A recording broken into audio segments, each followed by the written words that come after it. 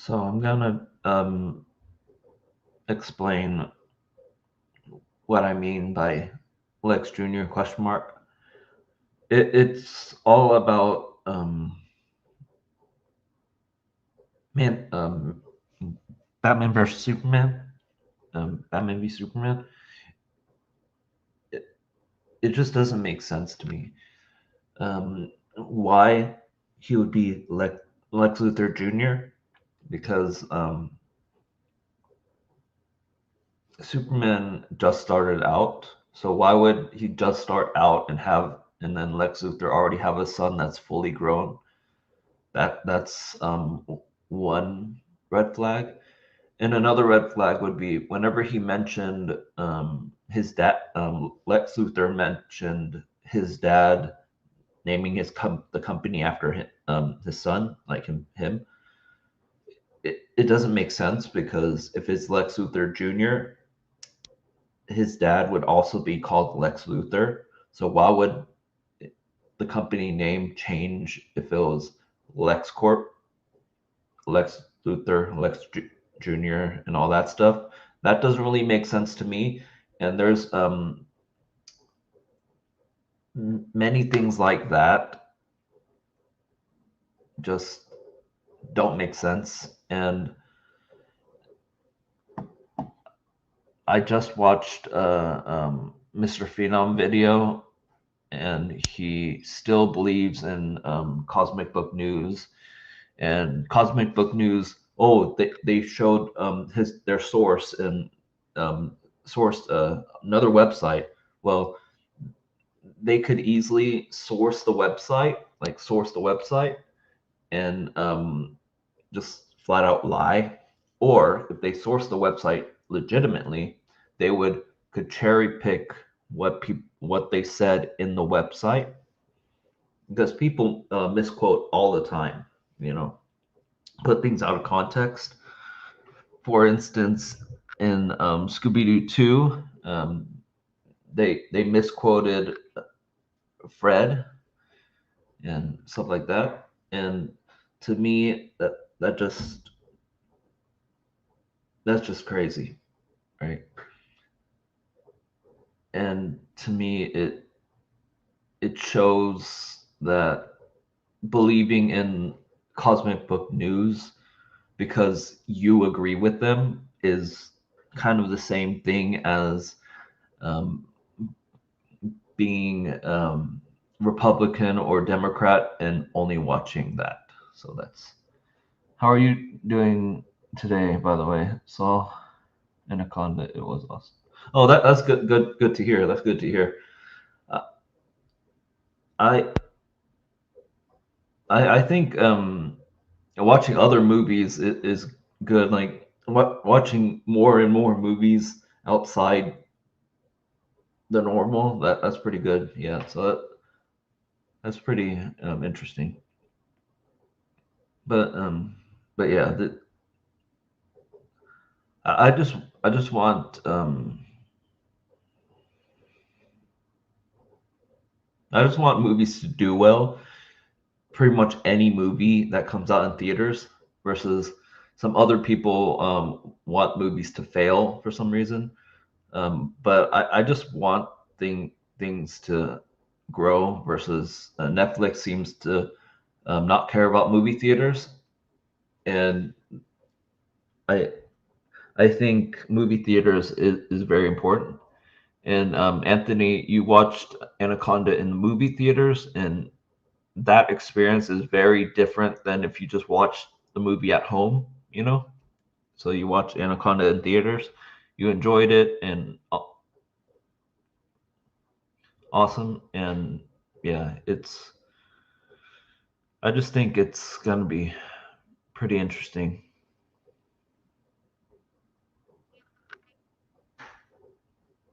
Oh yeah, that's pretty cool too. Yeah, and you'll be watching it in the movie theater, and the movie theater experience is a lot better than just watching stuff at home because you're going to the theater to watch it. So I enjoy just watching movies in general.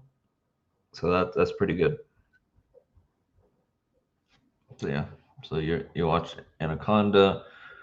It was awesome. Yep. Yeah, Wuthering Heights. Yep, I enjoyed it. Yeah, that's what I'm saying. Like, I think there's a difference from watching in a movie theater and watching at home, because watching a movie theater, especially if there's like a group of people like all together, like enjoying it, especially if it's a comedy, they're laughing, or if it's a scary movie, they shout, and it's a different experience versus watching at home when no one's with you, like the only people that will probably be with you would probably be your family, if anything, really. So the experience is gonna be completely different, especially the chair situation. You need to get a comfortable chair, relax, and like have a cup holder and things like that. And a lot of homes, they don't have cup holders, they don't have that kind of stuff, and it's a different experience no matter what. So having it in theaters is a good thing. But overall, I just think I want movies to do well. I don't want any of the movies to fail. If Snyderverse movies come back in theaters, I don't want those to fail. I don't want any movie to fail.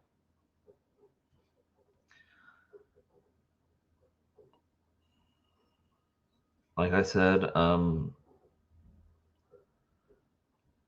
I still want theaters to stay. And that's partially why I kind of wanted Paramount to get it, if it was like between the two and stuff.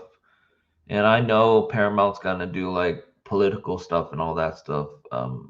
It, no matter what, it's gonna be politics anyways. Netflix have their own politics, I'm pretty sure, and yeah.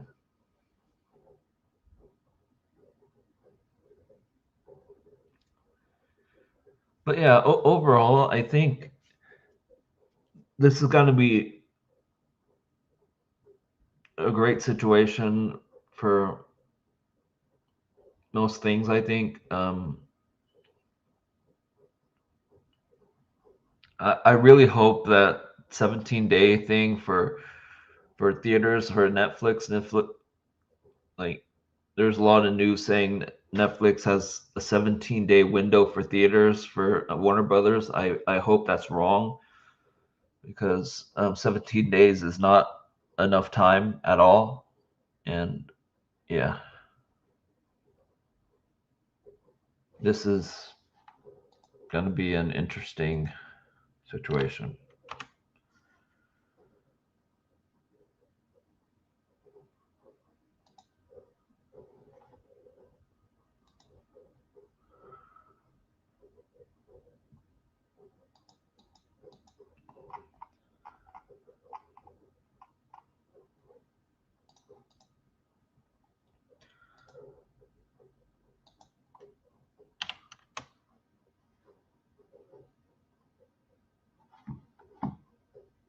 Yeah, yeah. I'm just relaxing right now.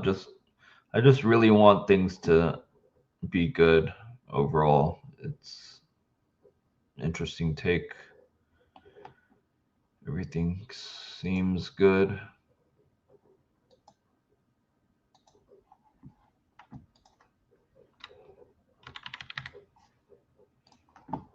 I just shared that is live. Not sure what to do other than that. Uh,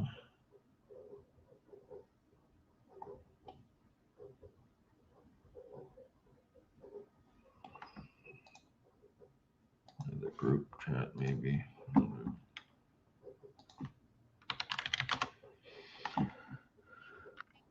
Yeah, other than that, I don't know what to do. I just shared that they're live, but yeah,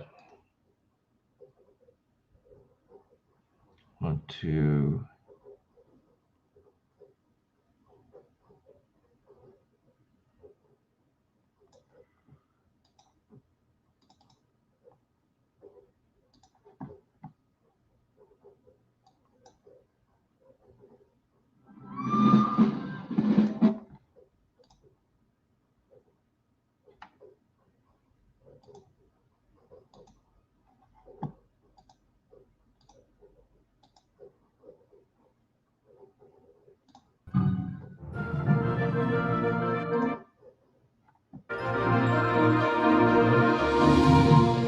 gonna play this. Just playing this for fun, really.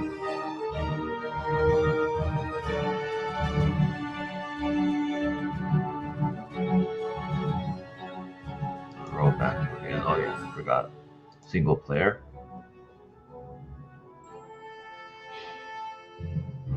Career. See, as you can tell, I've been playing this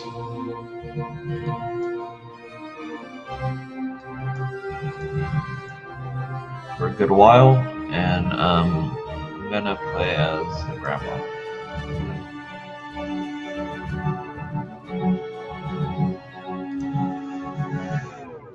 Like I said, like last time, what was his wicked again? Oh, I forgot.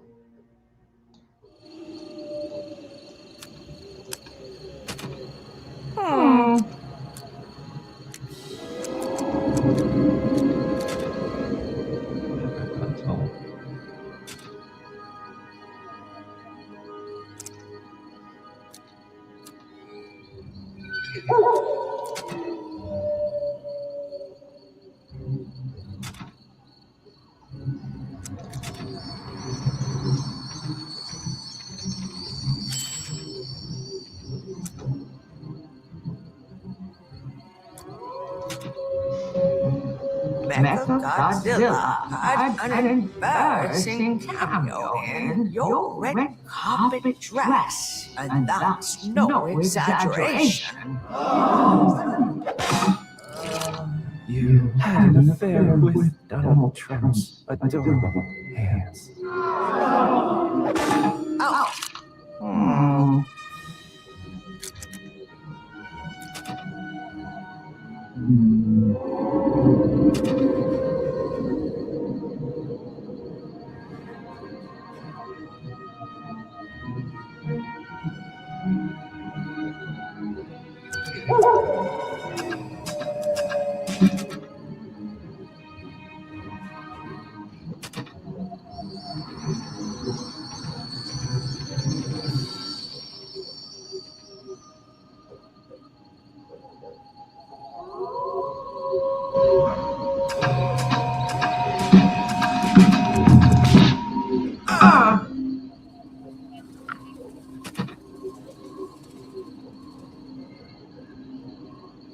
Oh, romantic.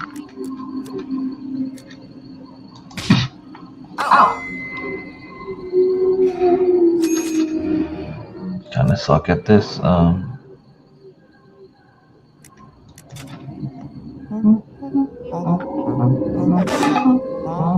Your dad kind of resembles your dog.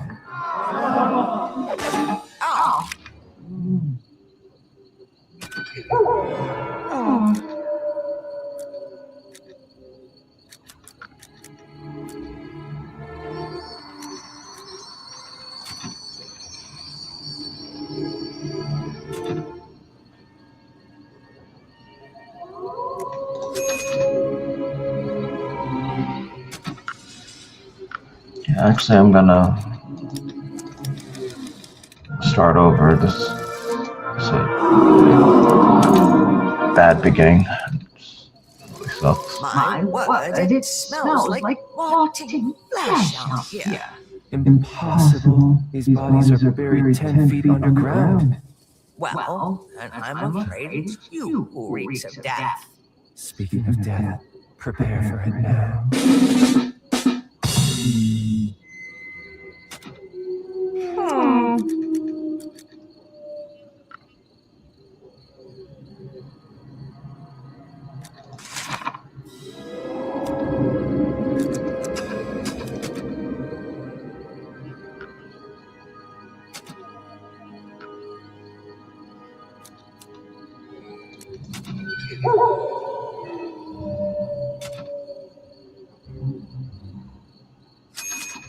your face with your dog.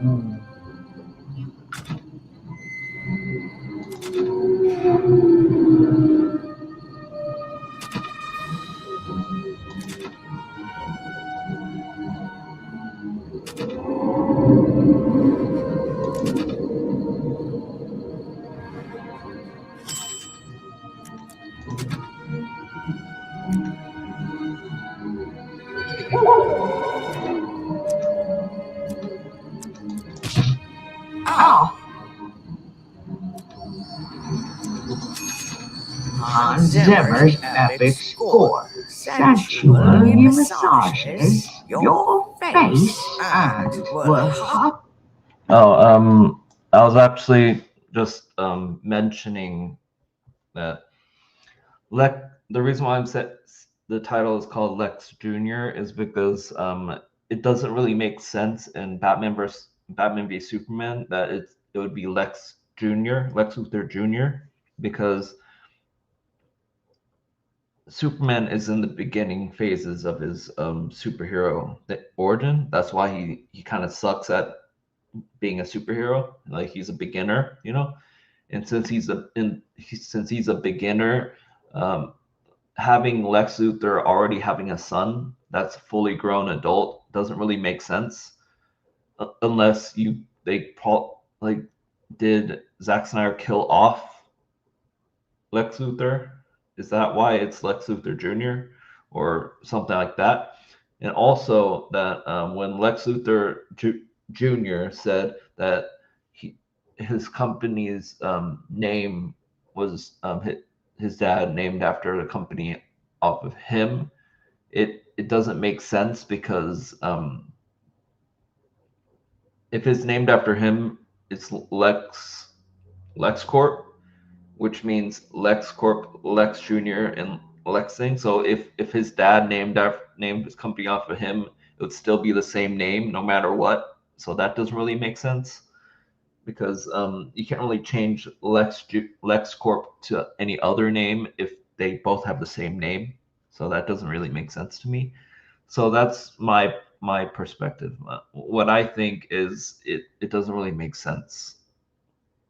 I still think that this Lex Luthor in Batman v Superman is Lex Luthor. And if Zack Snyder said that it was not Lex Luthor, it was Lex Luthor Jr., I believe that's because he is covering up the fact that the writing was not that good. So that's my side of things, and I think that's the case. And I know whenever I talked to Cascade Dean, he did support the idea of it being Lex Luthor Jr. But like you can tell in that interview, that you can tell when I was talking to him, I was kind of holding my breath because I didn't want to like get him mad or something because it was I disagreed, but I kind of wanted to hear him out about it. But I personally think that it is Lex Luthor because even if you search the movie, you search the movie Batman vs Superman cast, the name still says Lex Luthor when you see that. So if it was actually Lex Luthor Jr., they would have changed it to Lex Luthor Jr. in the casting thing. They wouldn't do Lex Luthor. So that's my perspective. Critic Chris, what do you think about that? Because to me, it doesn't make sense. If it was Lex Luthor Jr., it doesn't make sense. Because why would he shave his head? Why would he shave his head? Him shaving his head makes me think that it's like the beginning of Lex Luthor, and it grows from being Lex Luthor, because him shaving his head makes it clear that that's not Lex Luthor Jr., because if he was abused and hurt by his dad, Lex Luthor, why would he copy what his dad looks like? Why would he try to shave his head to look like his dad? That's my issue. And him forming the Legion of Doom, like, didn't Lex Luthor already do that? You know? If it was Lex Luthor Jr., you're just reforming a thing that already happened, right? Or is it the Legion of Doom is like a later on thing or something like that? That doesn't make sense to me. What in Man of Steel, like, it was clearly that Superman is in its beginning phases, so that means, yeah. Overall, it doesn't make sense. But yeah, and when you were here, I was just playing playing a dumb game like Insult Simulator. Yeah. But overall, it's interesting how things change within the same situation. You know, they would change the rules all the time, and yeah. I still believe Superman was successful. It was Lex Luthor, not his son. Snyder probably tried to go with his director's cut by explaining it was Lex Jr. and that sort of thing. Yeah, that's what I'm saying. It to me, if people said that Zack Snyder said it was his son, I think it was just to cover up his like weird Lex Luthor kind of mentality thing, because that movie, it doesn't seem like that's Lex Luthor, you know. It just really seems like it's Riddler, because Lex Luthor is calm and calculated, and to me, Superman 2025, he was calm and calculated in that one. Lex Luthor, he only became crazy at the end. He like cried and stuff, but throughout the whole movie, he was smart. The only time he would like be frustrated was when Superman figured something out, right? And that's like a normal thing, right? Because he thinks he's above him, and he thinks Superman wouldn't figure stuff out, you know. So when he does, it kind of messes with him. So yeah, that's my whole thing. And yes, I'm just gonna go to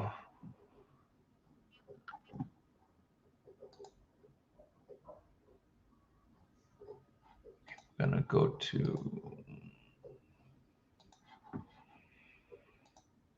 to my channel probably. I'm gonna go to this. Here you go. And yeah, going to my channel right now. I now Sal's live like that, and great reaction, Supergirl reaction. This is a small channel, so don't call them shills, because within this video they really liked it, and their channel is far less, and it showed that he's better, and whoever liked it, thank you for liking it. Good points. Sort of, like, kind of agree. Proof not everyone liked the Snyderverse right here. This guy. Hey, this is Matt. See, this is a sort of bigger channel, and he. Once again, welcome back to another video. And this is a paid request from Kingpin. Thank you so much for that. For those interested in requesting a movie review or re-review or random through, maybe. PayPal's the best way to end. Sometimes it takes longer for me to do these requests, but thank you. Zack Snyder will come back. Glad it's over for now. I know there's talks of Zack Snyder will come back. Why? To fuck it up all over again? Already fucked up your fucking It's weird, I'm ranting, but this film didn't even piss me off. It's just kind of there for me. Yeah. Aquaman 2, Aquaman and the Lost City of Gold, Lost Kingdom, sorry. Think of Alan Quartermain. Now, before I go into it, this whole DCEU bit of business, I gotta go, because this was the last movie. Last movie, yeah. Of this whole shindig that Zack Snyder started, and Warner Brothers, WB, withering buttheads, wondrous butt cheeks, whimpering butt faces, put their fucking biggest, you could argue their biggest franchise, DC, universe, however you want to put it. Some may say Harry Potter, but I would think DC, like the potential, in the hands of a fucking guy that said he downed the comic books because Watchmen has people dying, and sex. Zack Snyder, which I know he didn't direct, but I'm just like they thought he was going to be the Kevin Feige of this fucking thing. I'm like, okay, 300 and Watchmen are okay because he was a tracer. Remember Chasing Amy? You fucking tracer. He was a tracer. He took the comics and just copied what the fuck was in the comics onto the screen. Exactly. And they look pretty good for what they're supposed to be. Yeah, but that's what he did. He took and pasted it. Dawn of the Dead remake was good, but James Gunn, I think he had a solid hand on the script. But to be fair, Zack Snyder had some good visuals on that. Well, that's still his best movie.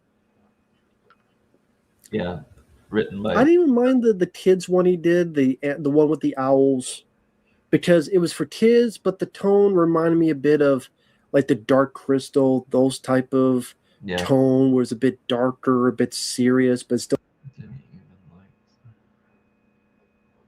Yeah. That's fair because he changed a good portion of it, I'd say. For kids, I do think the visuals look pretty good. Legend of the Guardians, the owls. I mean, again, kind of like that Dark Crystal, like that type of vibe. I thought the animation was pretty good. This is a kids' film at the end of the day. But then Sucker Punch and what he did, Rebel Moon after these was showed. Those kind of stuff, yeah. Remember there was a time they wanted him to do Star Wars? Well, if you want to see how he does Star Wars, watch Rebel Moon 1 and 2, or don't. If you want to see 5 minutes of the wheat and slow-mo going this way and then going this way. Well, look at the wheat moving slow motion. Bunch of other shit. Bullshit. So you have that fucking idiot, Zack Snyder, to control this shit, and then look what happened. Man of Steel boner, I still think sucks. Talk to the hand, Clark. Yeah, just watch while your fucking dad dies from a tornado, you fucking idiot. Oh, you think I should not have saved those kids in the bus? Maybe my ass. Maybe you need to, well, I would say need to die, but that character did die from a fucking tornado. Good. No wonder he's a shitty Superman, because he had shitty parents. Batman v Superman. There's a fucking plot point centering on a goddamn piss jar. Sweet Annie's, like sweet tea, or Granny sweet tea, whatever the fuck.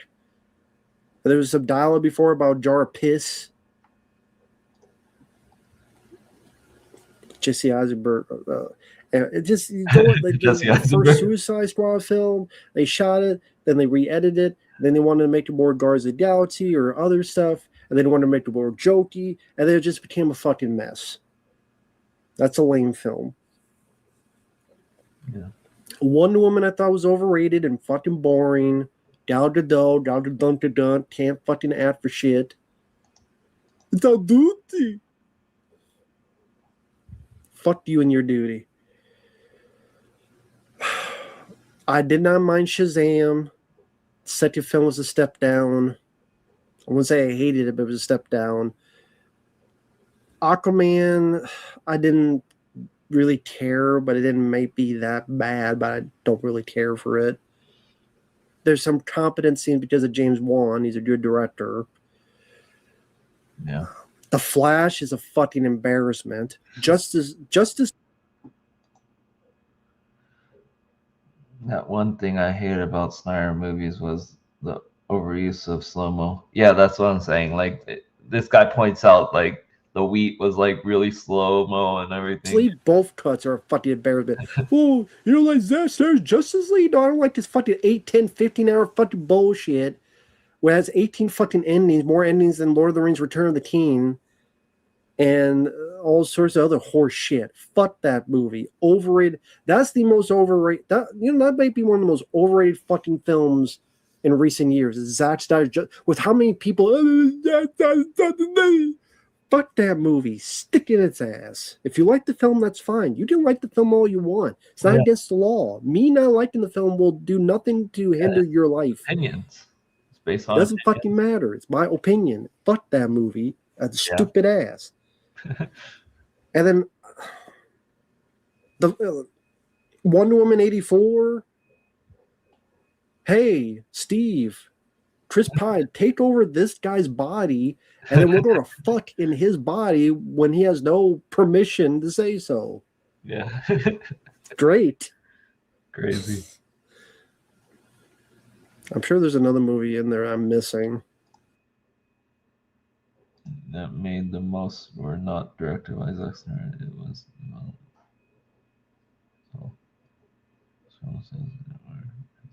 yeah, that's what I'm saying. Like, Aquaman made $1 billion, but Zack Snyder didn't direct it. It was James Wan.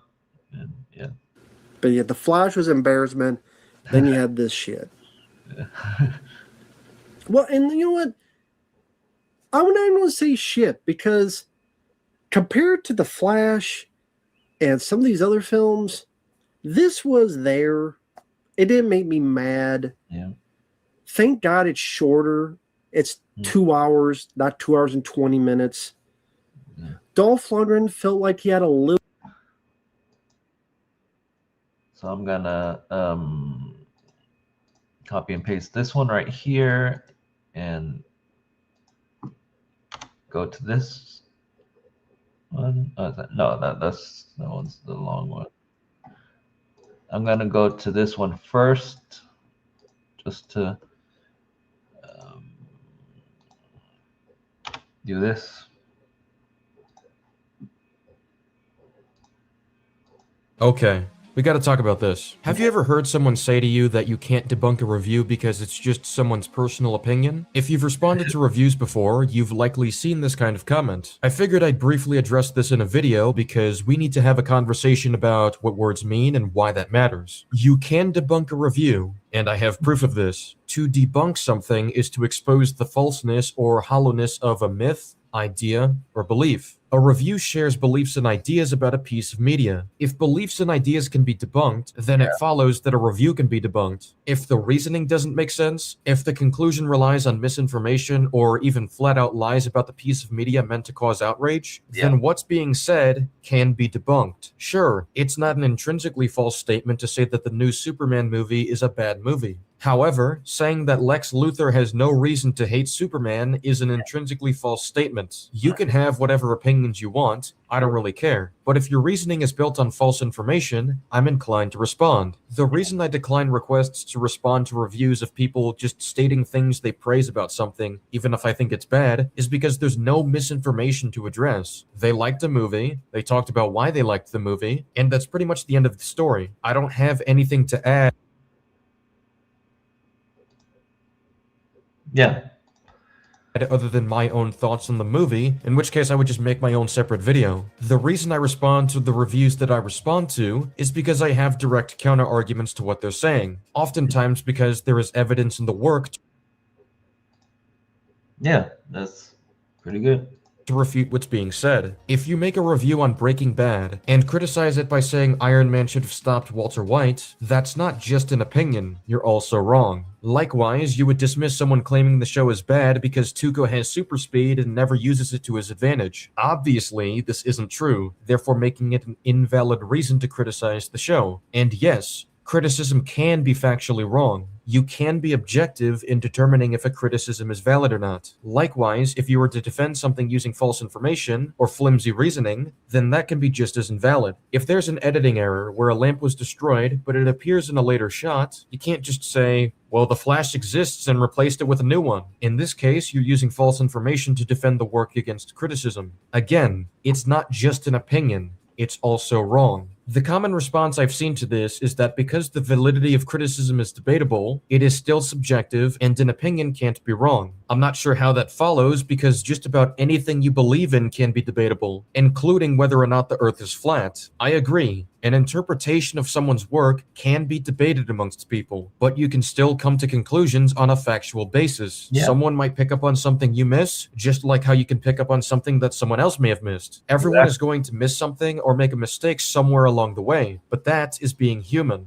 That's not something to be afraid of. Rather, this highlights an opportunity to improve. It's not really productive to reject the idea that what you say can be fallible. If nobody can be wrong about what they say in their assessment, then everything is on the table. And when everyone's correct, no one will be. Jokes aside, the core point is the notion that nobody can be wrong about what they say about a piece of media is counterproductive and isn't useful feedback to response videos. It's not just their opinion when they're getting facts wrong. So with all of that said, yes, you can debunk a review, as I've debunked the notion that you can't. Thanks for watching, everyone. Feel free. Yeah, that was a good point. You can debunk reviews if it's the reviews have lies, misinformation, or tries to hide stuff and all that stuff. So here is another great video right here. I'm gonna share. Boom, and here is this video. Famous comic book writer Grant Morrison recently saw Superman, and he finally gives us his take on Superman after recently revealing his take, once again, on Man of Steel. And it's pretty safe to say he's a fan of one and hates the other. But then again, who the hell is he, right? Grant Morrison, man. Comic book writer that people... Comic book writers of all time. Huh? He, of course, for DC... and I write Superman, I'm not going to praise Man of Steel and how Zack Snyder botched that, and it got him a lot of heat, but now a lot of people are like, bro, it's Grant Morrison. He's got the right to say it. So, yeah, what's he said recently? Well, he finally got to watch Superman, and he says it's the best Superman movie ever made. I'm not going to disagree with him because I said the same thing. Look, I'm sorry that many of you are 50 years old. Christopher Reeve's Superman, or it's closer to 40, like 40. We can admit that there's better adaptations, more modern versions, and appreciate Christopher Reeve's version while also admitting that it's been topped. Just like how we can admit that the Batman is Superman and DC talk about the absolute universe because, again, he's just talking about, I consider your opinion. That's all I'm saying. Batman Begins I enjoyed more than the Batman. I thought it was the best.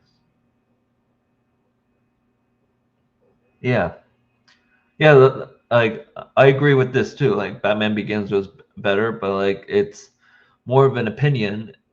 So like I kind of could respect it, like others' opinion, and then but Grant Morrison is one of the best Superman writers we have, and he likes Superman, so Grant Morrison likes Superman. He says it's the best Superman movie, and it makes sense for it to be the best Superman movie because the past Superman movies were kind of outdated, you know.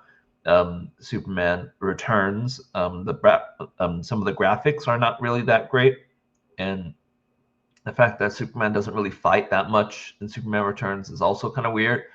And and then the only other ones would be Superman 4, like sort of semi-recent, but other than that, yeah, I'm open to changes. Yeah, that's fine.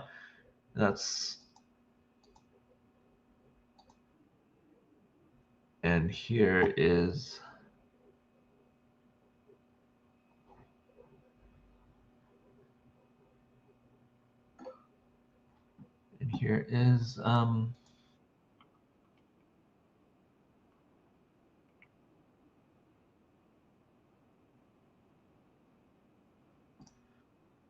yeah.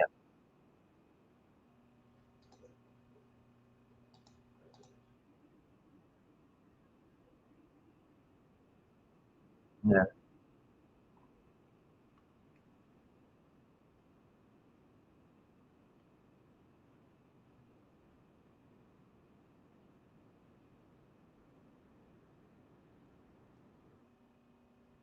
Okay, it'll be 1915 would be the time to go to. So I'm gonna go here, paste, enter.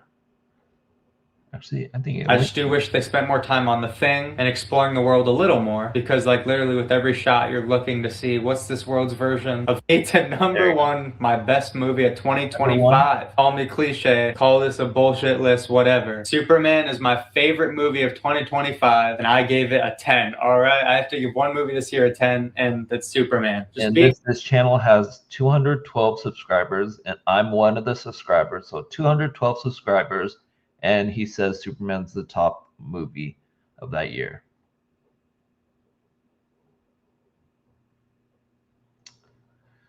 So, how is this person a shill if this person has way less subscribers? Obviously, not being paid for through YouTube. Obviously, not as popular.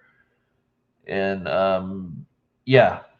Being a part of the start of the new DCU, I was a fan of Henry Cavill, but not the biggest fan. So seeing someone like David Cornsweet take on this role was awesome. He looks like Superman, acts like him, portrays him just really well. All the other characters absolutely worked. This world of the new DCU, I was surprised. I thought I was gonna like Fantastic Four more, but no. And plus, if you look at his background, he has a lot of franchises that are outside of the DC stuff. There's only like this one right here.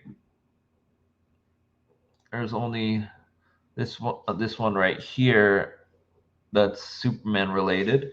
Everything else is not. This was Star Wars, Marvel, a lot of Marvel stuff here, and you know, there's like Superman right here. So he's just supporting Superman by getting these right here. Ninja Turtles as Paramount. Stranger Things as Netflix.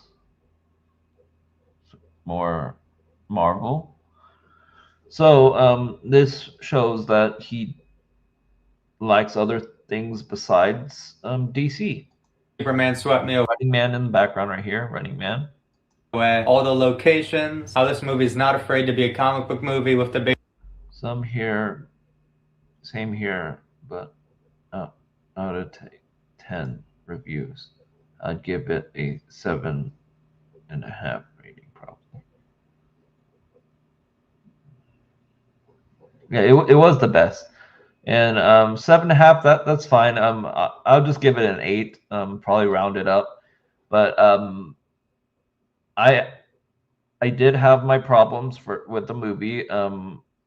I pointed out the problems with the movie when I talked to Cascading, and yeah, Big kaijus, baby aliens, the look of this movie too, all the colors. It's not ashamed to have Superman be bright and in those trunks too. A lot happens in this one, setting up the new DCU. It just throws you right in, lets you know from the get-go. Metahumans have been around. This is Superman. He's kind of the main one. Here you go. Makes me excited to be seeing everything else in the DCU. I like Peacemaker. I can't wait for Supergirl, but she's in this one too. Once again, the themes and conversations in this movie makes you He's looking forward to the future of DC and everything, even though he has other things besides DC in his the background. He's still open. feel good, gives you hope, like Superman should, with just themes and all that. Cannot. Oh yeah, and he has Deadpool versus Wolverine stuff right here, which in the movie kind of made fun of the whole Calverine and stuff like that. Wait to see Lex Luthor and Superman have to work together in the next movie, because in this one their dynamic is so good. That one scene of Superman, where's the dog? You tell Lex Luthor just absolutely hates Superman. Superman's not bothered by any of it. The Justice Gang work. Once again, just can't wait to see the DCU's version of every other character. Felt this was a great start. First Superman movie in a long time. After just so much confusion, it's finally time to just have a new DCU. It completely worked. But there you have it. There is all 31. And that's fine right there. And I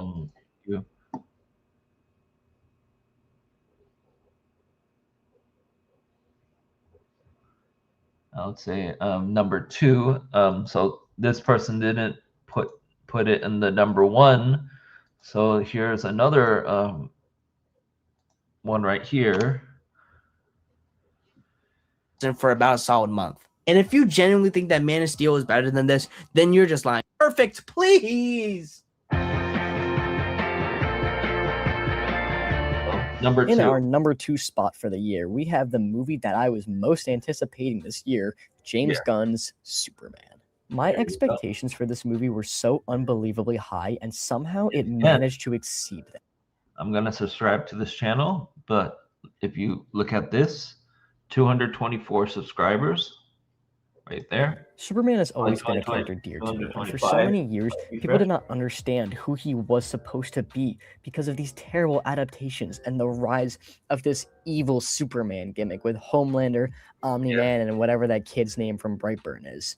This movie had 2 gigantic tasks attached to it, which was start a brand new cinematic universe and clear the entire image of Superman that was done to him by Zack Snyder. Neither of them were easy tasks to do, but James Gunn absolutely succeeded in both, launching the punk rock era of the summer where people just wanted to be kind to one another. And Cornsweat and Nicholas Hoult give it their absolute all in this insane brawl between a narcissistic genius and an alien who just wants to live the human way. The rivalry is so interesting to watch develop on screen as Lex thinks he has everything figured out because he has it all planned. And it probably would have worked out if it was with these performances given this time. Both solidified themselves inside.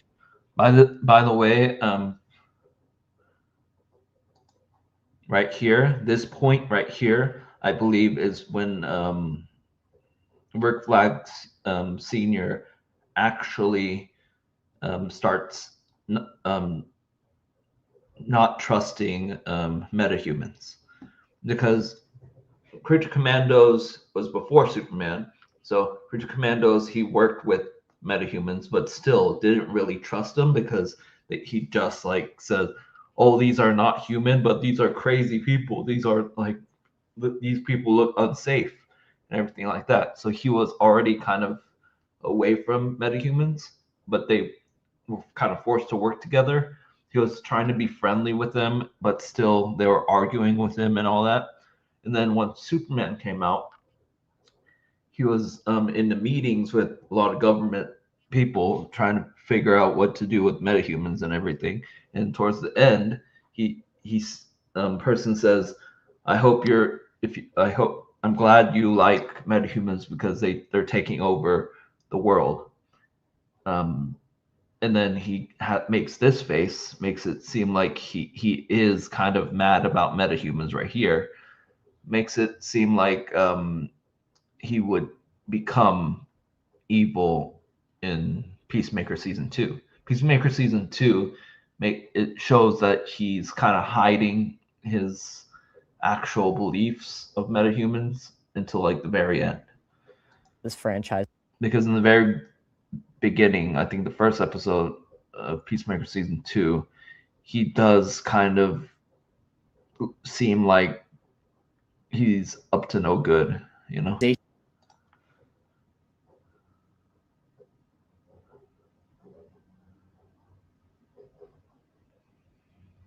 Yeah.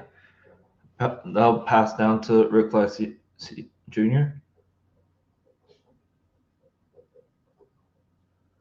Yeah, but Rick Flag Jr. did pass away, but he is still alive in that other universe, you know? So that's somewhat curious. Like the one thing I'm kind of curious about is if Rick Flag Sr. figures out that he has Rick Flag Jr. in a different dimension, and if he could see that version and try to talk to them, stuff like that, which is kind of interesting.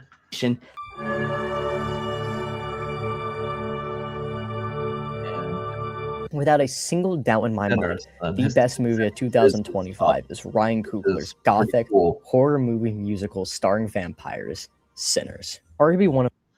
There you go. Sinners is the top, and if I just,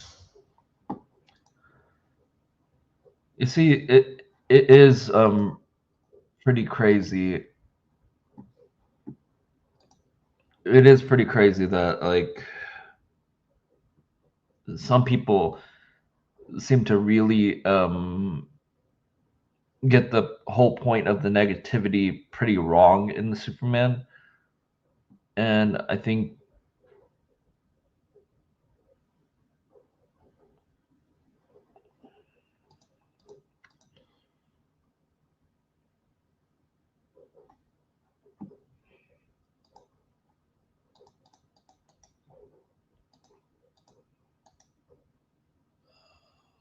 I guess since this is just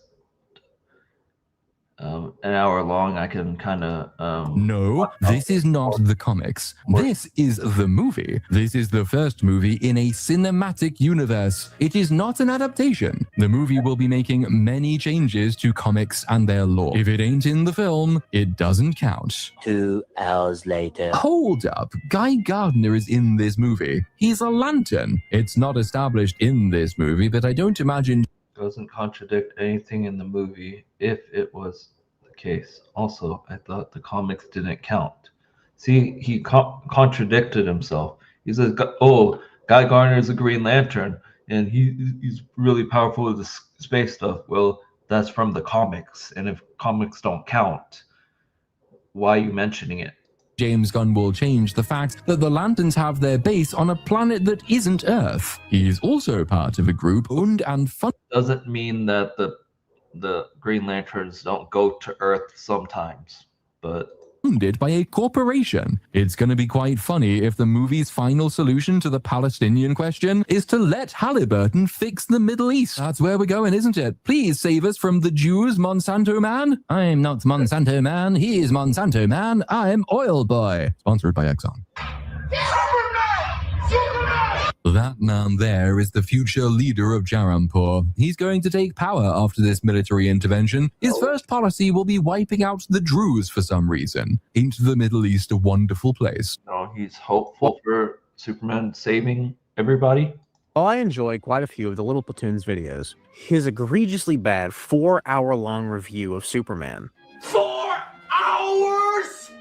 4! has some of the most terrible criticisms that are only valid if you ignore information given within the film, or are intentionally obtuse in your interpretation for the sake of painting the film in a more negative light. If you guys like this video, be sure to like, comment, and subscribe, as I'm trying to grow this channel and hopefully get monetized one day soon. Even if you have He's heard not of them, monetized and he's doing this, so that kind of says something, right?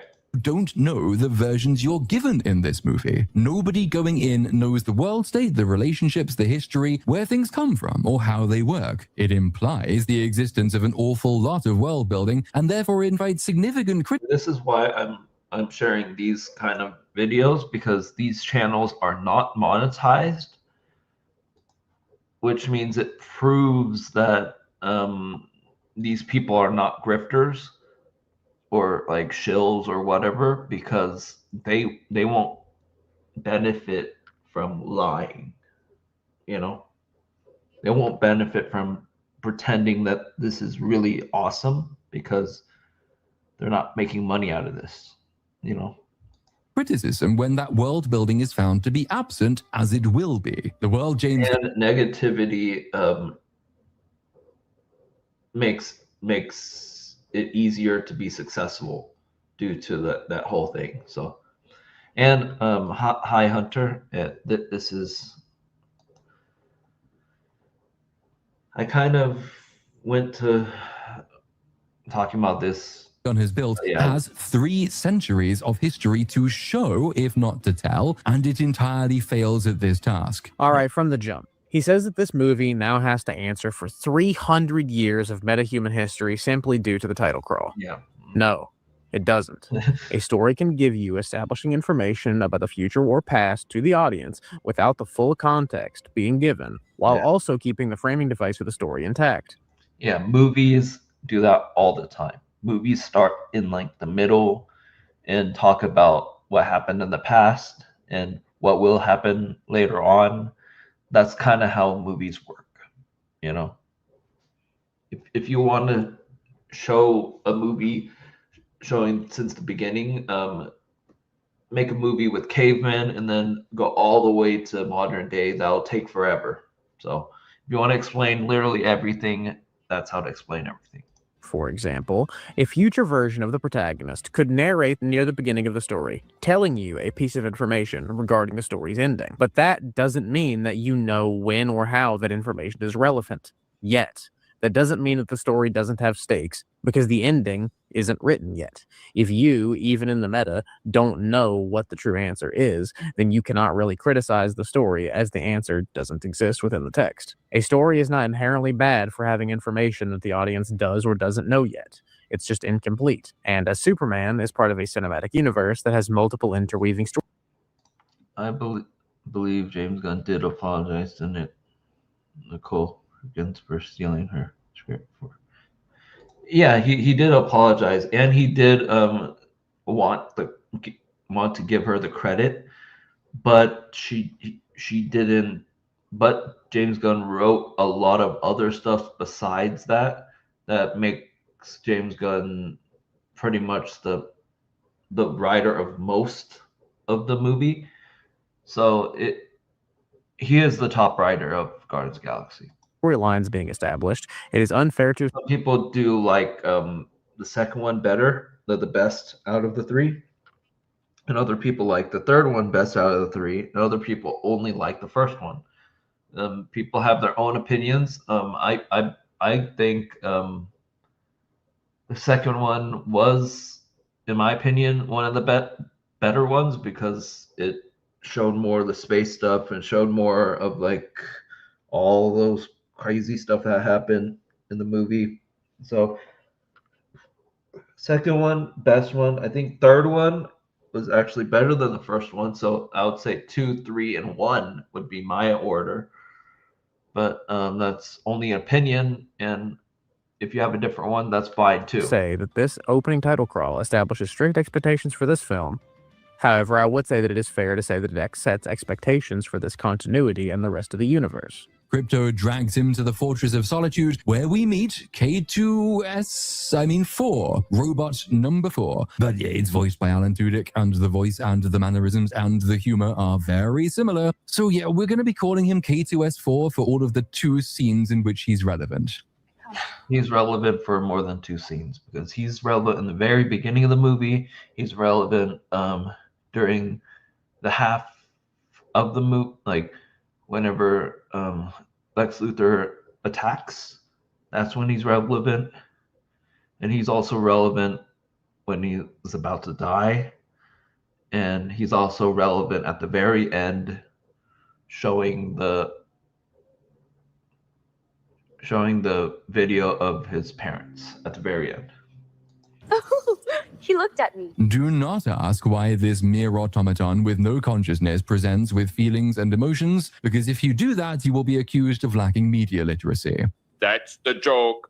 His criticisms of the Fortress of Solitude scene make it obvious that he is looking for anything and everything he can point to pad out this video's run.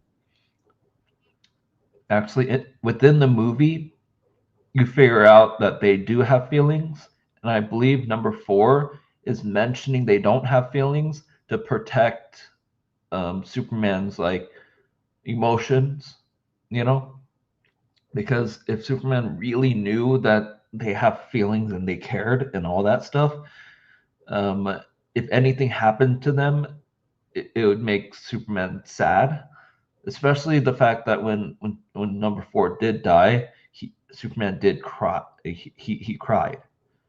So yeah.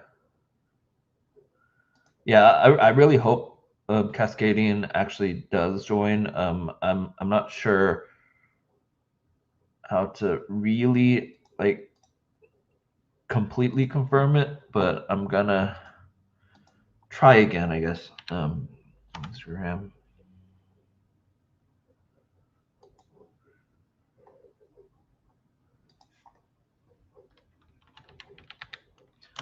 Okay, I'm gonna go there and then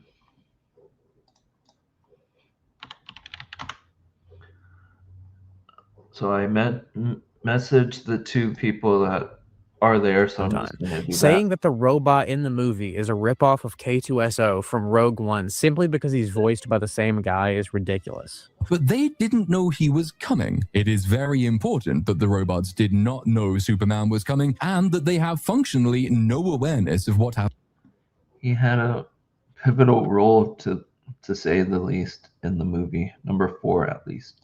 Yeah, number 4 had pivotal role, like explaining that, oh, there's a new robot they built, so it explains that the robots built other robots outside of like Superman actually having to build them.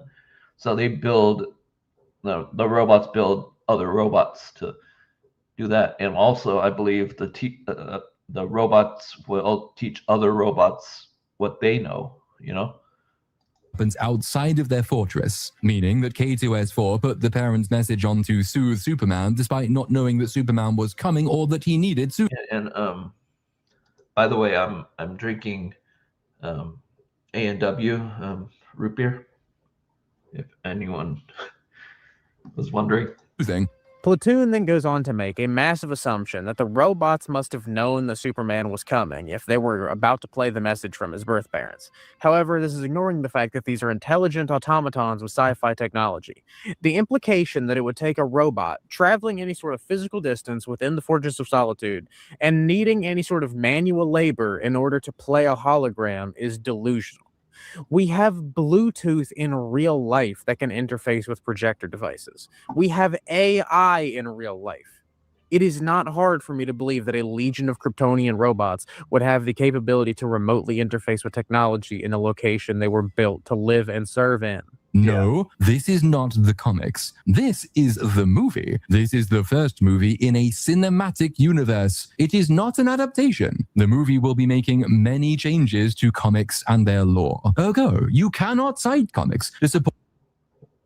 But you pointed out Green Lantern being the space and everything else. Like, part of the things is an adaptation. It can be different, but of course, whenever it fits his narrative. Or the history of a movie that does not rely on them for its history. If it ain't in the film, it doesn't count. We've had to spend years making this point to Marvel fans. I really don't want to have to go through it again for the dick cake people as well. I touched on this in the intro, but I don't think Little Platoon knows what adaptation means. It can be both.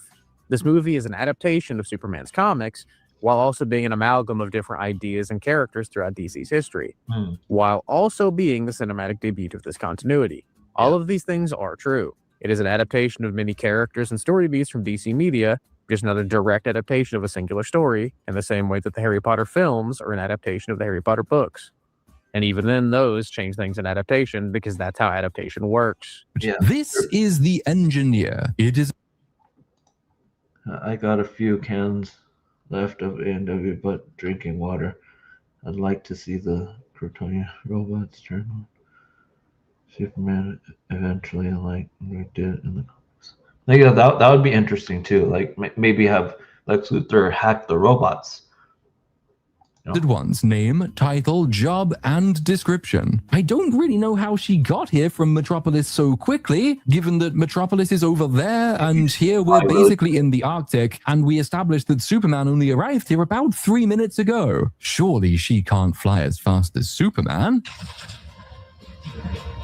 And it's impossible to know how she got here so quickly because I have no idea really where anything is in relation to anything else, and the movie will never provide this information. He complains about the engineer being able to fly between Metropolis and the fortress in a reasonable amount of time, even though she's able to keep up with Superman in flight, who can fly the same distance while heavily injured in 3 minutes, and will later in this film escape a black hole while still recovering from the effects of kryptonite exposure. He acts as if this is preposterous and that he demands some sort of reasonable power scaling, when this is extremely reasonable, and the engineer is only relative to Superman in speed whenever it's an injured Superman. But she is still capable of achieving the flight speed feats that are necessary for the plot of the film to be intact. The movies for things like this. Taking just a random example, The Dark Knight Rises has the same time distance fuckery as Superman.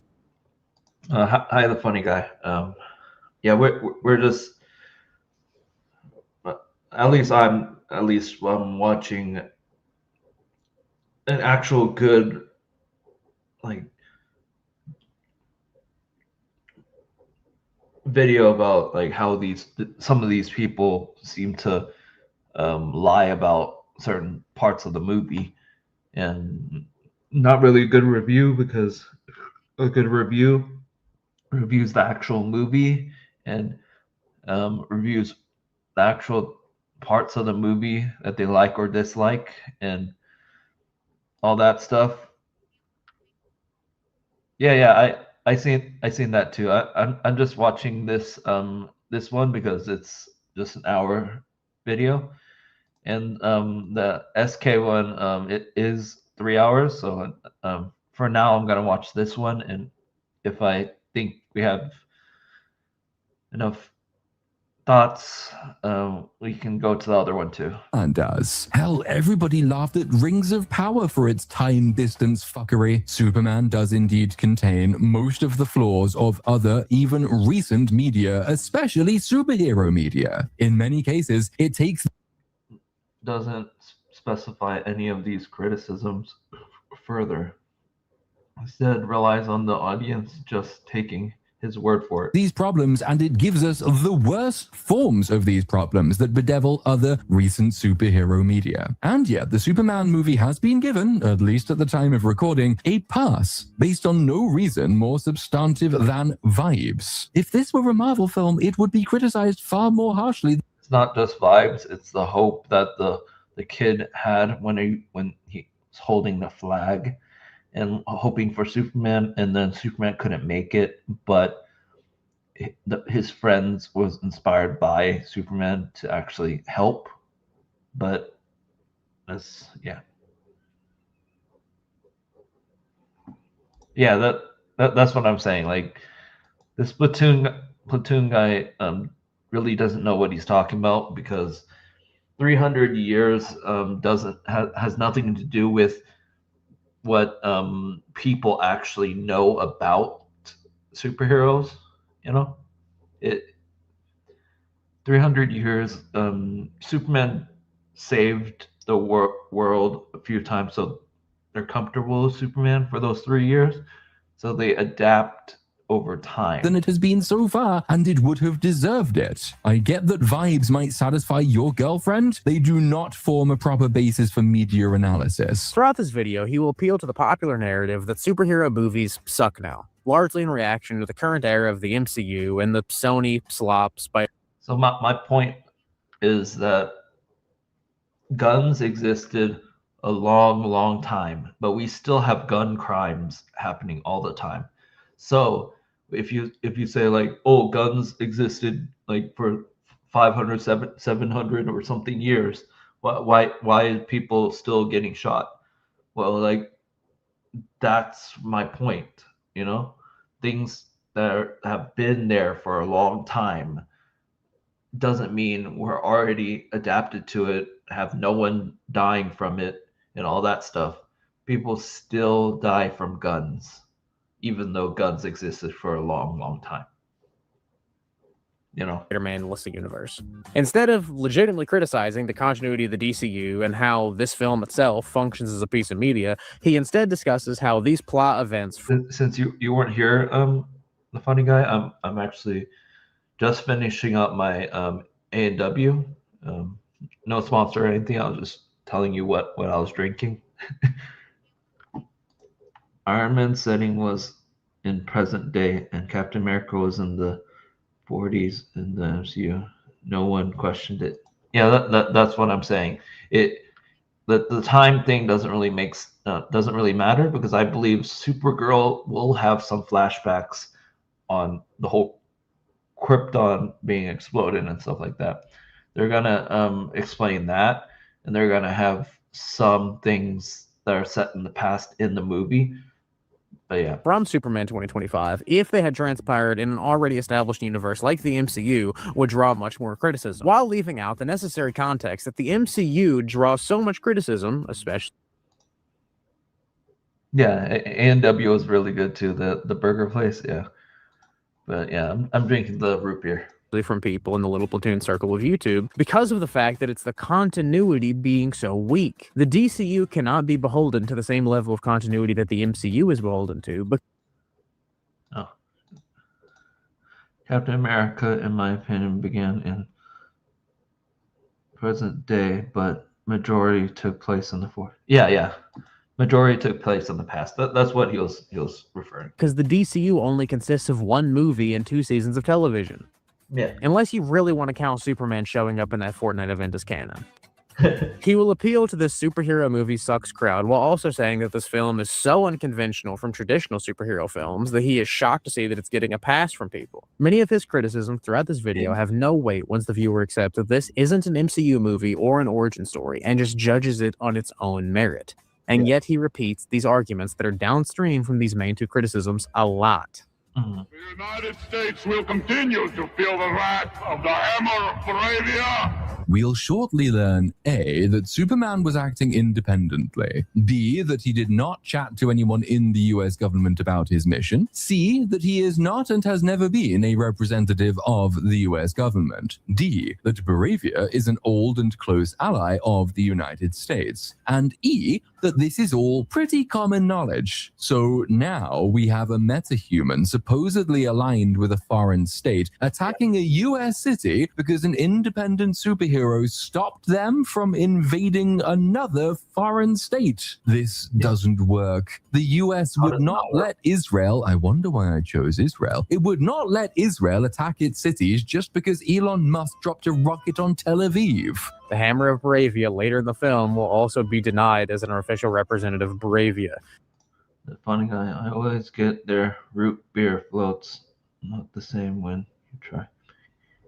Yeah, it's not the same. Putting the US's relationship with Superman and Bravia's with the Hammer on equal footing politically. Show me!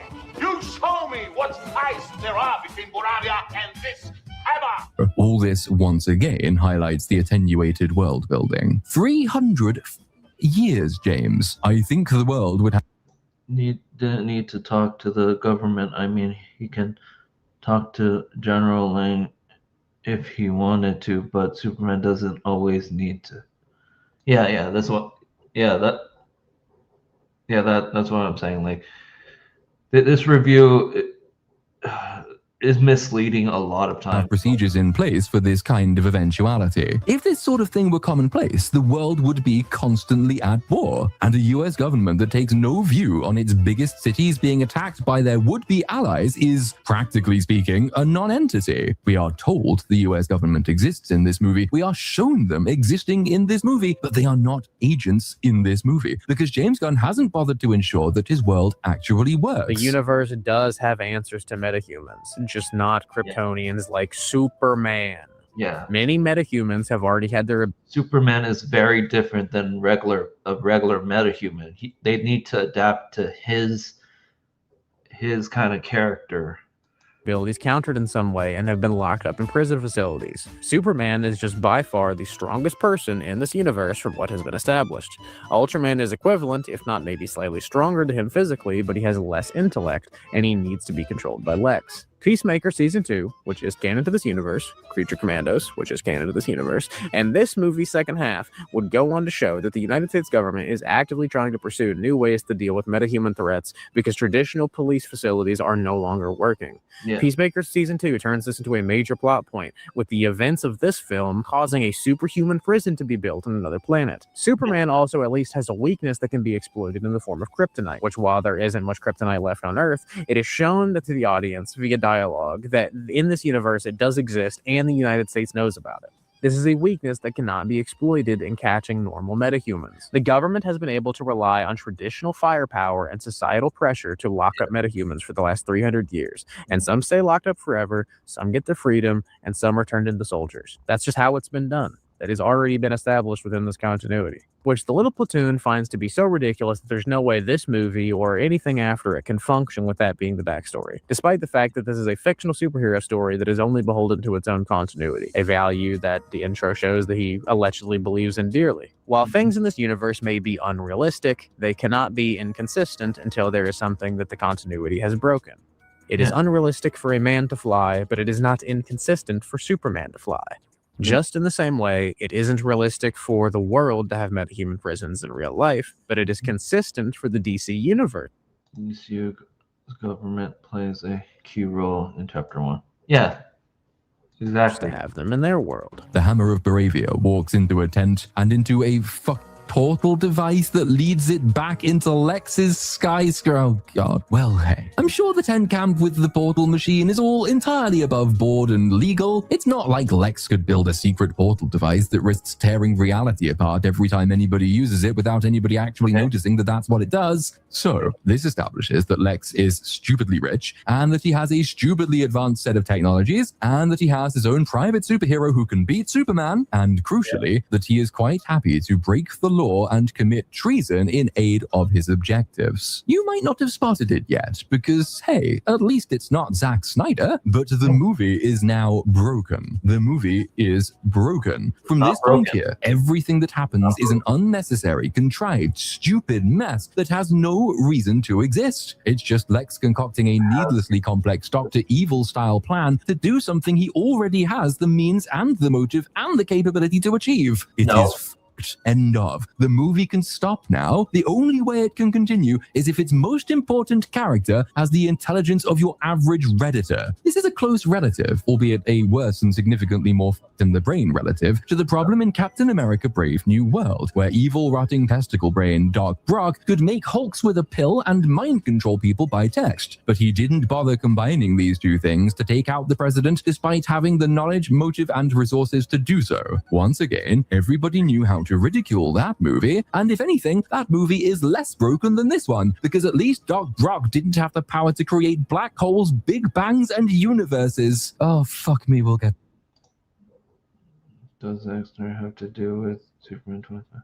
Yeah, that's what I'm saying. Like, he's only mentioning it is because people that are against Platoon don't like Zack Snyder Man of Steel. So he's just pointing out that, oh, you're just supporting this movie because it's not this movie and stuff like that. So that's in a minute. The Little Platoon falsely assumes Lex Luthor's plan while claiming that it breaks the movie based on his own false interpretation. It is not a matter of possibility. He's not making a risk assessment related to government approval. Lex is fine with working outside of the law, as he saw himself as untouchable until the end of the film. His contingency plan was to let Metropolis be destroyed if he had to and flee the United States. His plan was to never go to an American prison.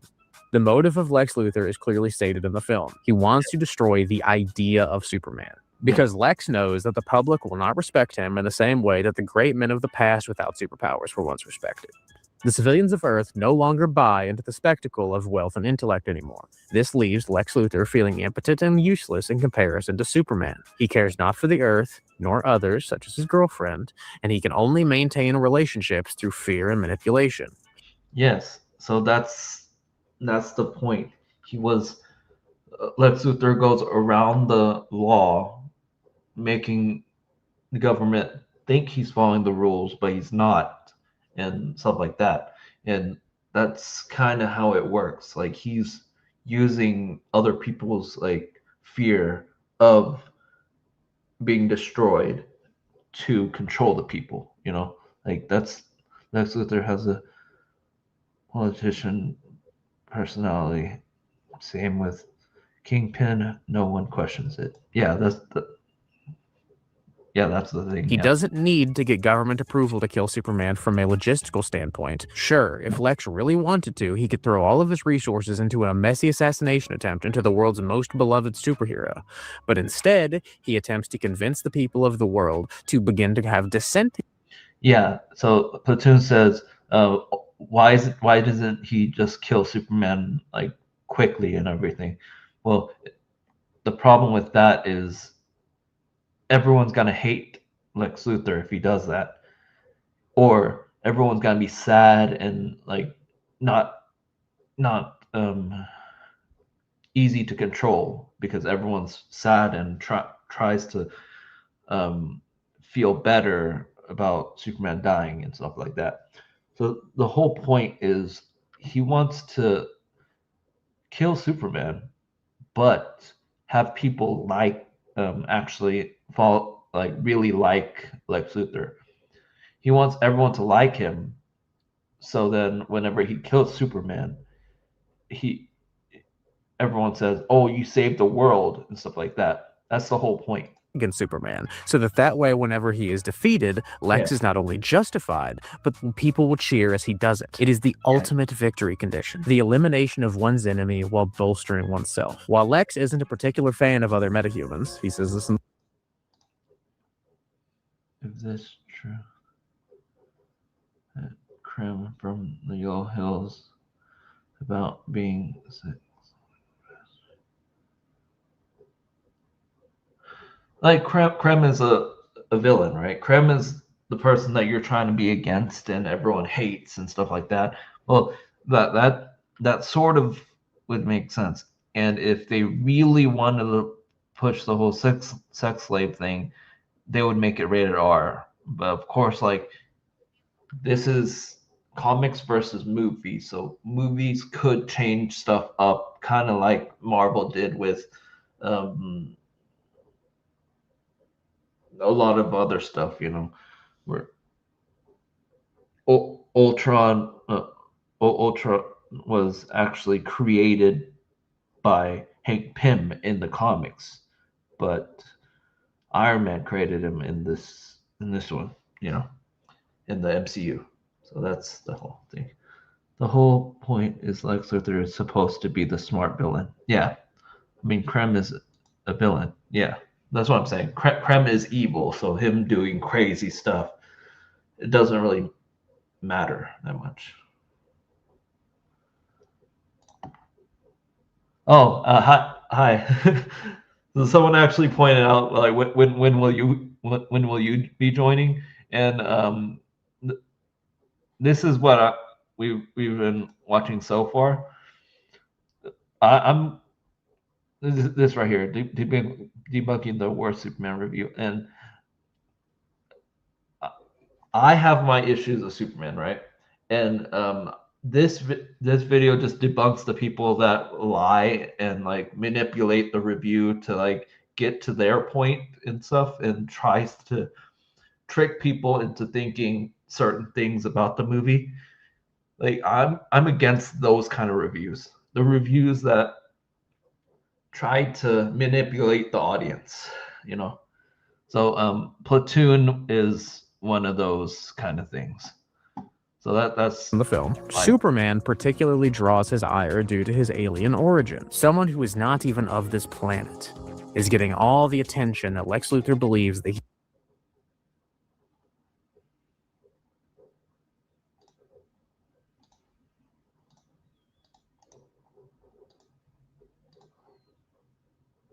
Okay, I just clicked on that, so then if he wants to, then he can.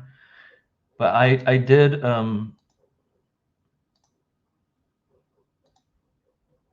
I did message Marzilla, and if he wants to, then he can join too. But I'm not sure if he because we did communicate somewhat. We did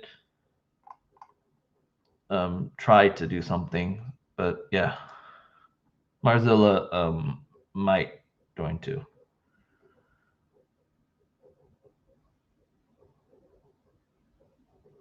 But yeah, I did do a link showing to if you wanted to join or not. But overall, my whole point is this. He would have been given in these prior eras of human history, where he and his resources would have toppled the great men of the past. He uses these fears of an alien with power to turn the government and the people of Earth to his side, and that has now become a running plot thread with the government's fear of metahumans and the creation of the Salvation Prison in Peacemaker Season 2. Ironically, it would help the Little Platoon more to appeal to the comics and try to point out more disparaging differences between Nicholas Holt's depiction of Lex Luthor and other depictions of Lex Luthor, but because he actually does not care for adaptation arguments, nor does he actually seemingly care about the comics themselves, he can't properly make those arguments. He instead just has to appeal to, well, what if this was a Marvel villain? Meanwhile, meanwhile, a few miles down the road, still in view of the city, the Hammer of Baravia lands. Okay, have a good one, Chris. Chris. At a small campsite. The campsite is owned by Luthor Corp, which we know because there's a big flag that says Luthor Corp waving above the camp, meaning that nobody is bothering to track a very distinctive evilman in a very distinctive suit who just attacked that city right over there. I don't think I... Oh, sure. Believe you, movie. The Hammer of Baravia walks into a tent and into a fucking portal device that leads it back into Lex's skyscraper. Oh, God. Well, hey. I'm sure the tent camp with the portal machine is all entirely above board and legal. Platoon acts as if the government is actively given security camera footage that shows the Hammer of Baravia entering the Luthor Corp portal. While I do think it would have helped the set designers to maybe have this camp be more visibly farther away from Metropolis, this character is tied for the fastest in the universe with Superman. I highly doubt that a dinky little news drone or a helicopter would be fast enough to get a clear view of him, let alone track him miles away from the city within a span of seconds, and then him immediately teleporting into a pocket dimension. These unelected metahumans think they can dictate international policy? It's outrageous, isn't it? I agree. If only somebody had raised this problem in the last 300 years. It is not preposterous to believe that this is the first time a scenario like this would have happened in this universe. Given what we know about metahumans, very few of them have the combination of flight capable of international travel, durability capable of withstanding foreign militaries, and a moral code that would be so wide-reaching that it applies to the other side of the world. Yeah. Even if 300 years of metahuman-infused history has occurred within this continuity, that does not necessarily mean that it is a 100% certainty, or even highly likely, that a hero with similar morals, powers, and motive to Superman or the Hammer of Baravia would have ever existed prior to this. Superman is an alien, and even the knowledge of his presence is fairly... That's like saying, oh, the Squid Game Island should... defeats the whole point of the Squid Game Island. New to this universe. The Hammer of Baravia is a clone of Superman, and he is the only person that is able to have a fair fight with him one-on-one. Clark Kent arrives at work and is congratulated on his front page story. Then he receives a phone call from his adoptive parents. There'll be quite a lot to say about these two later, as they're in what's probably the film's strongest scene. It is their second scene in the movie. It is also their last scene in the movie. But this scene here, this is really just to establish that they exist, and the sum total of the exchange is, well done on the front page, don't be a stranger. I says, don't be a stranger. And this underutilization is going to be another major problem, this time on the character front. The movie implies, and one of its most important beats relies on Clark's attitude toward his real and his adoptive parents. It implies it in the way a computer script might imply the existence of a dependency that allows the script to function. But we've just had half his adoptive parents' total appearances in the film, and they will not be the subject of any conversation between now and the next time we see them. So, though implied, the dependency does not in fact exist. The payoff, when we get to it, has no setup. The most you can glean from this scene is that Clark doesn't really think of his adoptive parents much at all, because he's too busy in the big city. You could do something with that, but you have to do something with that. It has to be a point for the later moral debate to function. As it is, you're just left to assume that he doesn't really think about the people who raised and loved him for 30 years. While I agree that the Kents have a lack of screen time in this film, the crux of the criticism that Platoon levies is their underutilization, even though I believe their absence is in service to the plot. He points only to their absence and says objectively that that must be a bad thing, while again, he doesn't believe in adaptation arguments. The opening of this film, both the one-sided nature of Clark's conversation with his parents and Pa Kent telling Clark not to be a stranger are both clear indications to the audience that Clark has become somewhat distant over the last 3 years due to his role as being Superman and Clark Kent. He spread him. And my other issue I actually figured out while watching this portion is that Platoon says, you comparing comics to the movie and stuff like that is, it's an adaptation. You can't point this versus this. Well, he's showing a lot of footage of previous Superman. He's showing footage of the original Superman movie and also Man of Steel and stuff. So isn't he comparing Superman movie to another Superman movie? Like, weird that you're comparing those two versus you comparing a movie versus you comparing a comic book. Like he says, comparing comic book and a movie is not fair because it's adaptation and it could be different and all that stuff. Well, you can say the same thing with movies versus movies, right? You have to watch the movie for what it is instead of comparing it. Himself too thin, and while he does genuinely care about the world, his family, and everyone else, his life and the people that care about him are now having to feel the pressure. This works with the theme of the film. Yeah, that's my point. My point is he's still comparing stuff. He's still comparing a movie versus multiple other movies being an adaptation.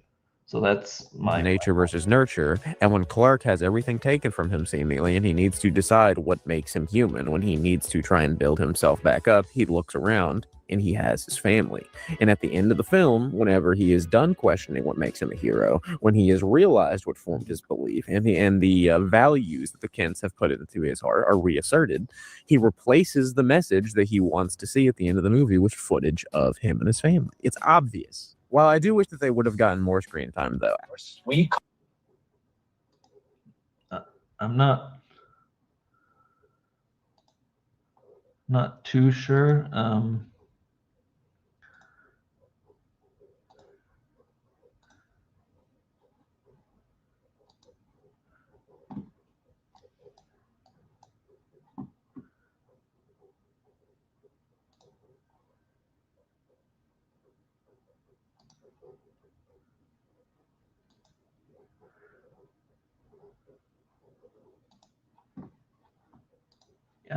I don't really see him.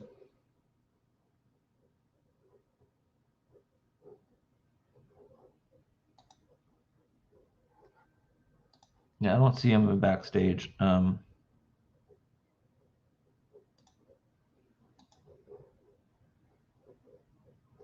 yeah, that's my point. He constantly compares stuff and everything, even though he says comparing is not fair and all that stuff. That's really dumb. But I don't really want to finish that. It's a lot of stuff.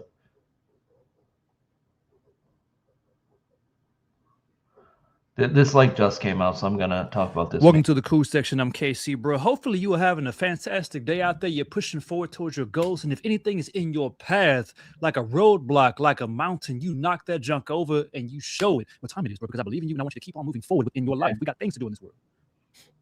My viewpoints here, and what I'm going to say, strictly represent me and me alone. I feel like there's a lot of potential projecting going on in this whole DC fandom situation. Okay. When we talk about Snyderverse and Gunverse and various other things that exist within the DC fandom, understand that, look, even though I can take myself out of the situation and not say that I fully align with any of these particular viewpoints of Yeah. We need to go and lean towards Snyder. We need to go lean towards Gunn. We need to go lean towards Reeves. We need to, in my opinion, we should be leaning towards everything that we have. But I do know that's not the popular take. The popular take is pick a side of one of these directors or these writers or these actors or whatever. My issue with that particular viewpoint is I put the comic books, I put the source material over any of these directors and writers and actors that you might choose to champion. Yeah. He annoys me too. If you give me an option, do I have to pick Snyder or pick books? I'm picking the books. If I got to pick between Gunn or the books, I'm picking the books. If I have to pick between Matt Reeves or the books, I'm picking the books. It doesn't matter who we're talking about, because I know that these directors are being inspired by what the content was in the books, and then they make their alterations and their changes because they want to put their stamp on the whole DC situation, right? Yeah. They could make a one-for-one interpretation of whatever comic book storyline that they want.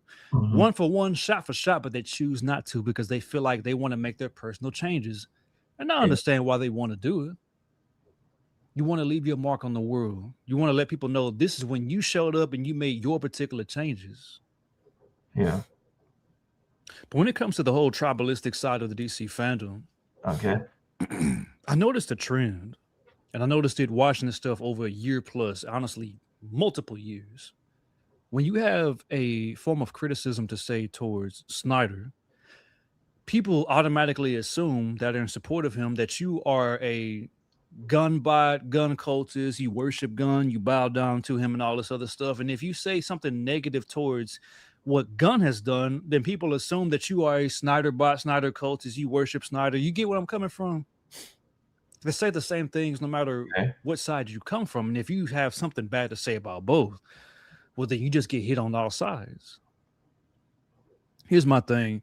There hasn't been a single director that directed a DC movie that I fully aligned myself with 100% and appreciated and embraced every single idea and concept that they put in front of me. Some of the videos kind of contradict that perspective, but that even extends to the one that people prop up on the pedestal the most, Christopher Nolan. If anything, it really comes to fruition when we talk about Christopher Nolan.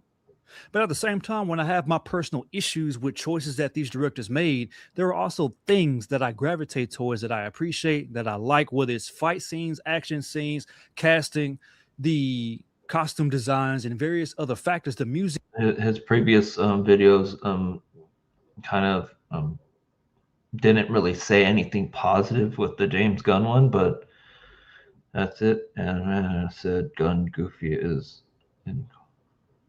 yeah, that's what I'm saying. Like it doesn't make sense when he's saying this kind of stuff when utilizing these movies, all that stuff comes together to make a movie.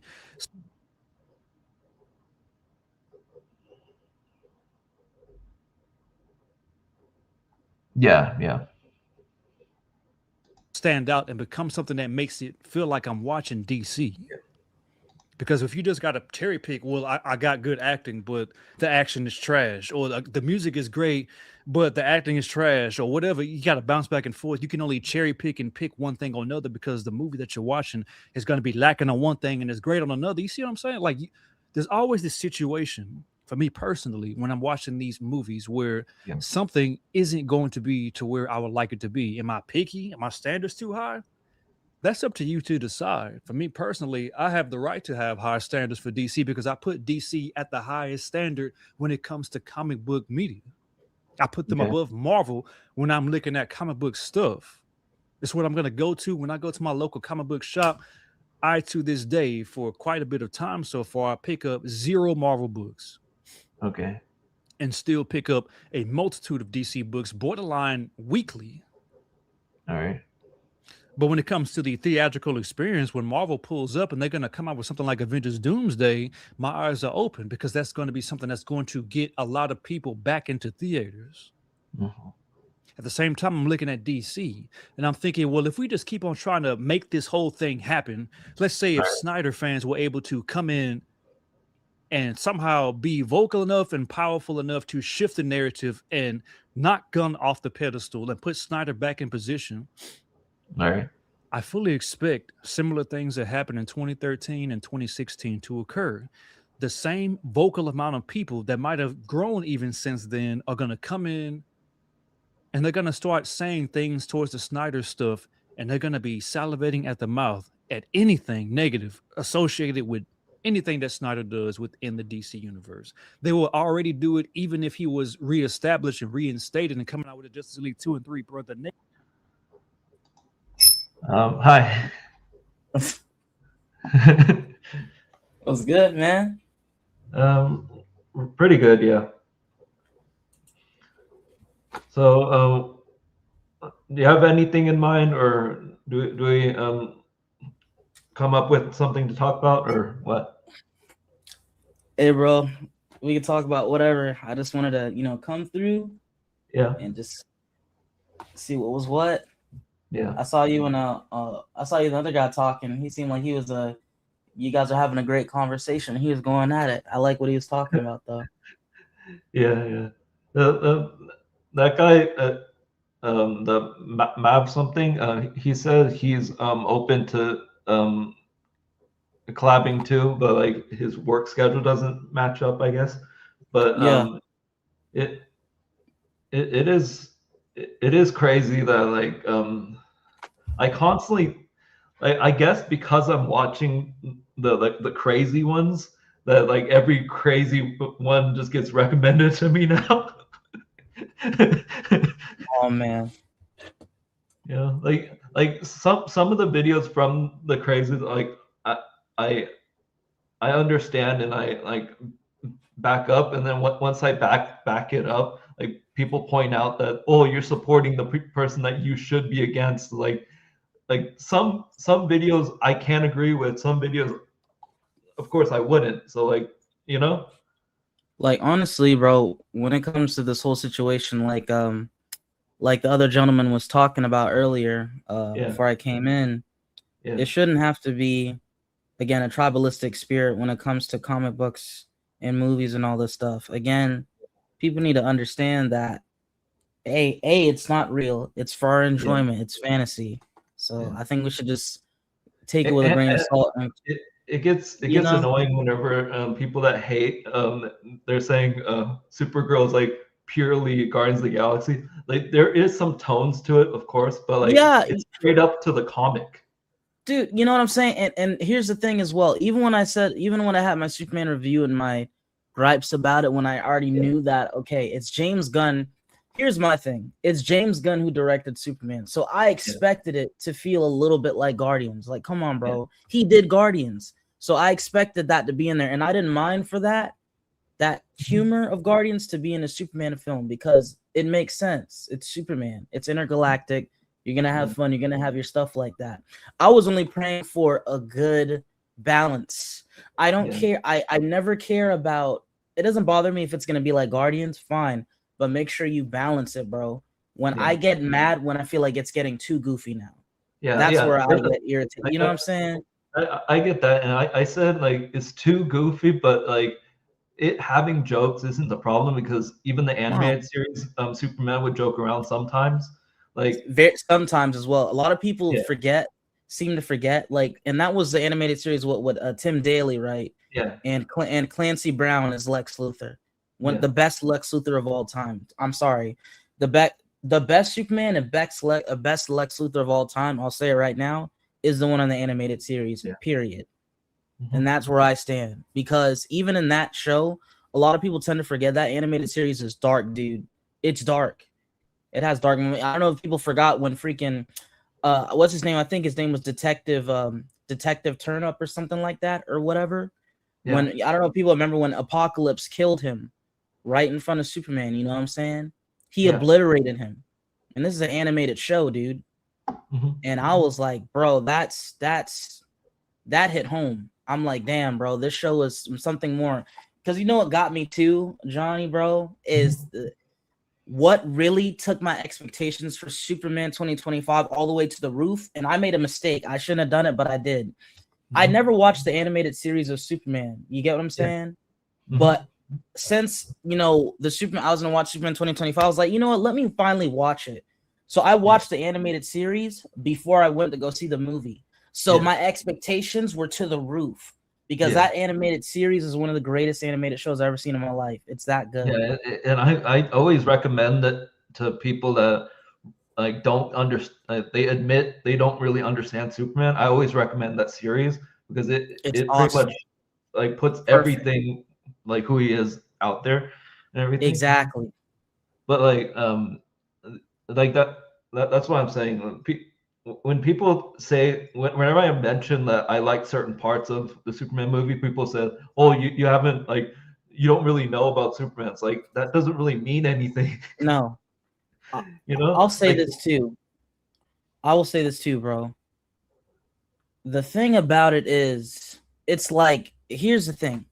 I always said that it kind of, it's funny to me, but it seems like if you had Man of Steel yeah. and you had Superman 2025 and you combine those two films together, it's the greatest Superman film of all time. Yeah. It's like they would balance each other out. Yeah. I really swear, and I'm gonna stay true to this. I would have loved to seen how Superman 2025 would have been, or how Man of Steel would have been, if Zack Snyder, was the director, right? But Yeah. James Gunn wrote it. Would people still complain? You feel me? Or would there be common ground if that was an experiment they thought to do? You know what I'm saying? Because you're having the best of both worlds. You have the comedy, you have the visuals, you have the epic shots, and you have a cohesive story. What would You be have crazier? What would be crazier would be if James Cameron did the visuals. You know? For Superman? Yeah. You know what's crazy, bro? James Cameron, he's so dope. Here's the thing. James Like Cameron not with the is same king script of or anything, but like if it was like Yeah. like a Brainiac or something like that. James Cameron would Of be really course. good with like Brainiac. Of you know? course, bro. I'm telling you right now, I could see. Here's the thing. James Cameron is the king of visuals, Yeah. but Zack Snyder is the king of cinematic shots and Yeah. and scenes. It's like they all have their own ducks in a row, you know what I'm saying? And James Gunn, he has more cohesive storytelling to Yeah. a certain degree. Again, bro, I was so depressed, dog. I was so sad when I heard that The Authority was no longer getting done. You feel me? I'm like, dude, that would have been the perfect film to get for James to give Zack Snyder, The Authority. These are heroes that kill people, bro. That's up Zack Snyder's alley.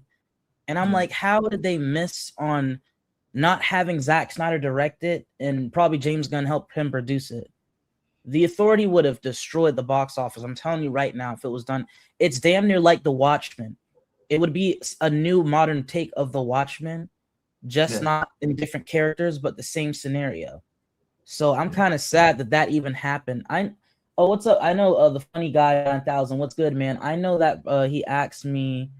He wanted to know how if this true about Krem. Oh, he wanted me to know about Krem in Supergirl movie. The Superman girl, Krem.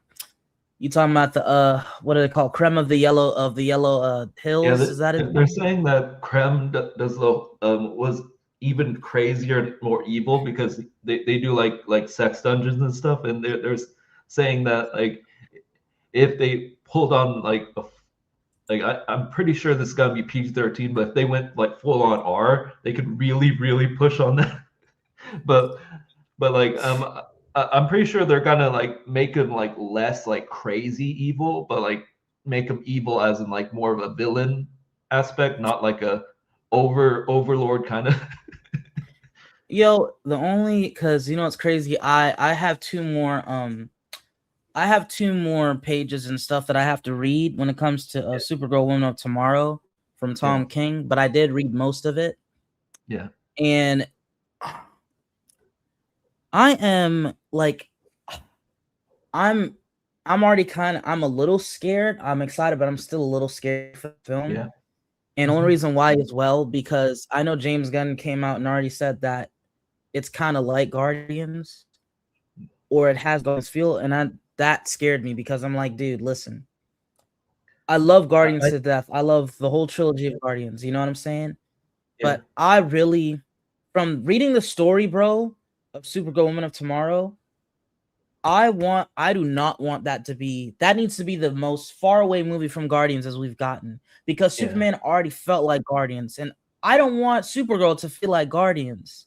I don't want that. It's yes, you can have your jokes, but don't do that. I kind of think that he said that just like PR side of things, like explaining a movie by like mentioning another movie, and also I think it's more just like the fact that it's a space opera, you know. You know what's crazy, and I get so mad because there's so many other different space operas and space original films that people can actually grab nuance and ideas from. Like I don't know, Johnny, have you ever seen The Fifth Element? You ever seen that movie with Bruce Willis? I freaking love that movie, bro. I love The Fifth Element. You ever seen Valerian? Yeah. The Valerian film with I forgot his name with the guy from Chronicle, and he played Green Goblin and Andrew Garfield Spider-Man. That's another thing. You got Star Wars that you could pull from. There's so many, look, even Aliens, bro. There's so many different space vibe films that you can extract ideas from.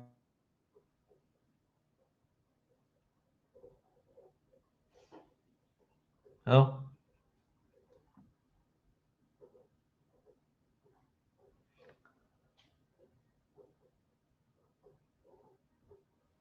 Yeah, I got me meant space movie, yeah.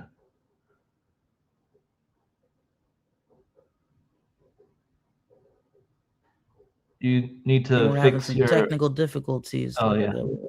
Okay. There we go. That's good. Yeah, All right, cool. Yeah.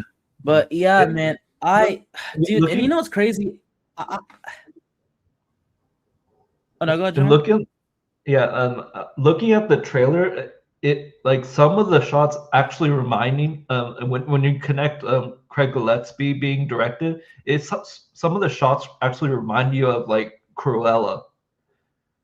You know when like he directed Cruella, like some of the shots whenever whenever Cruella would spin around and like effects happen when she spins around and stuff, that just reminds me of whenever a Supergirl would like dodge that weapon and she would like spin things around and all that. Like some of the actual angles.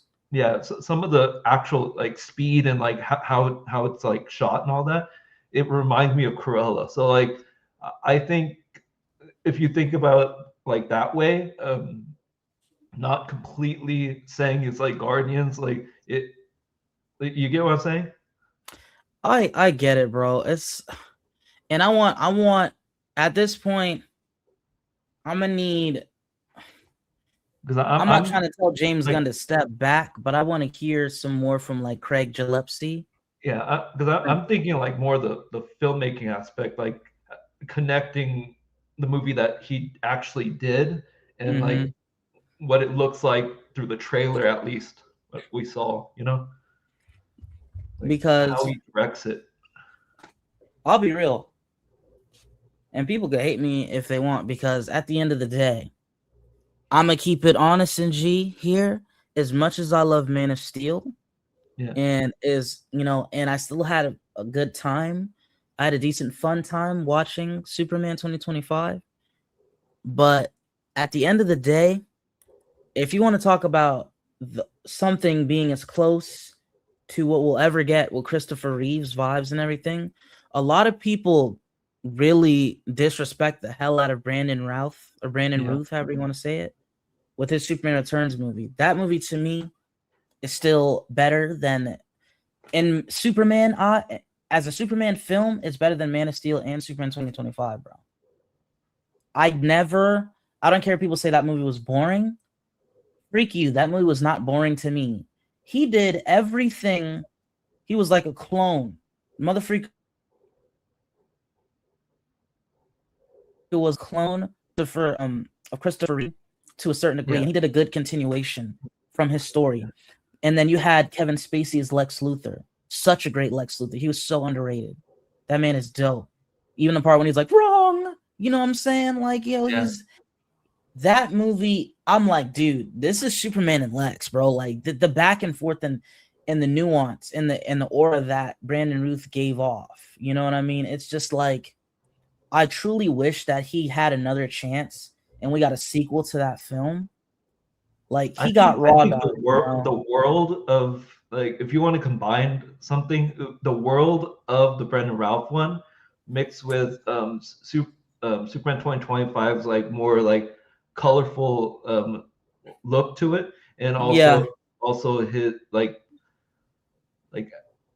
more of the relationship from Superman and Lois in 2025 mixed with Man of Steel's like action and stuff, because that was one of my issues of the Brendan Routh one, where it's like Superman and Lois, that relationship wasn't really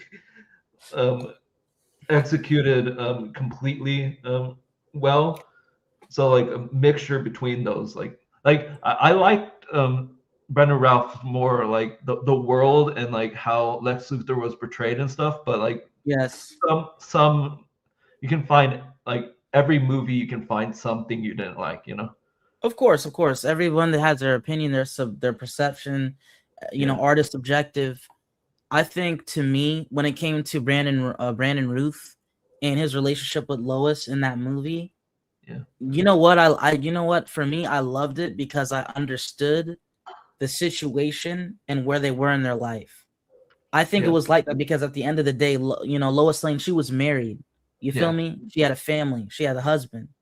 So I understand why their relationship was like awkward and quirky, because it's like now he has to interpret like, yo, we're not together anymore. You moved on. So I understood why their relationship was like that. And it made it all the better when she realized that was Superman's son. You feel me? That was such a great icebreaker, bro. I swear, dude. And the saving, even the CGI and the saves that he did in that movie do not get enough recognition. That part when he was saving the city, you know what I mean? Yeah. And he saved the airplane, all that stuff. Dude, that is like one of the greatest Superman scenes I've ever seen in live action. For real, bro. Like even funny guys like the Lex Luthor wrong meme. Yeah, wrong. Yeah. Like, bro, come on, dude. Like, it's just, that movie deserves so much more praise. That's all that I'm saying. Again, the only thing, that movie could have been the greatest movie of all time for Superman, to me, if he had a physical threat that he could have fought. That's all that was missing.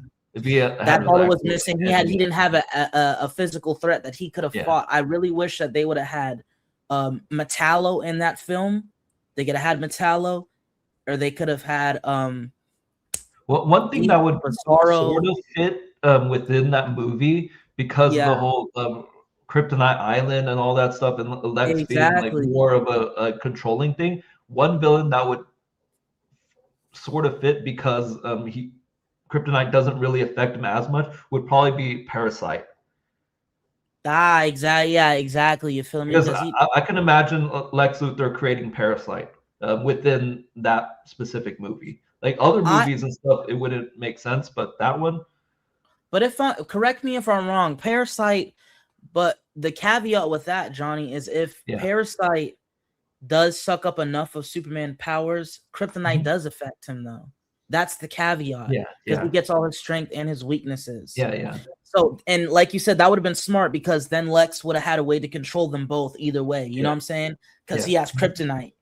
Because if he takes enough of Superman's powers, he becomes like him. So you get his weaknesses too. So if Parasite wanted to turn on Lex, he could just take, he could use the Kryptonite against him. Character-wise, that villain would have made sense within that movie. And that either him or Metallo would have made perfect sense in that movie. Period. Yeah.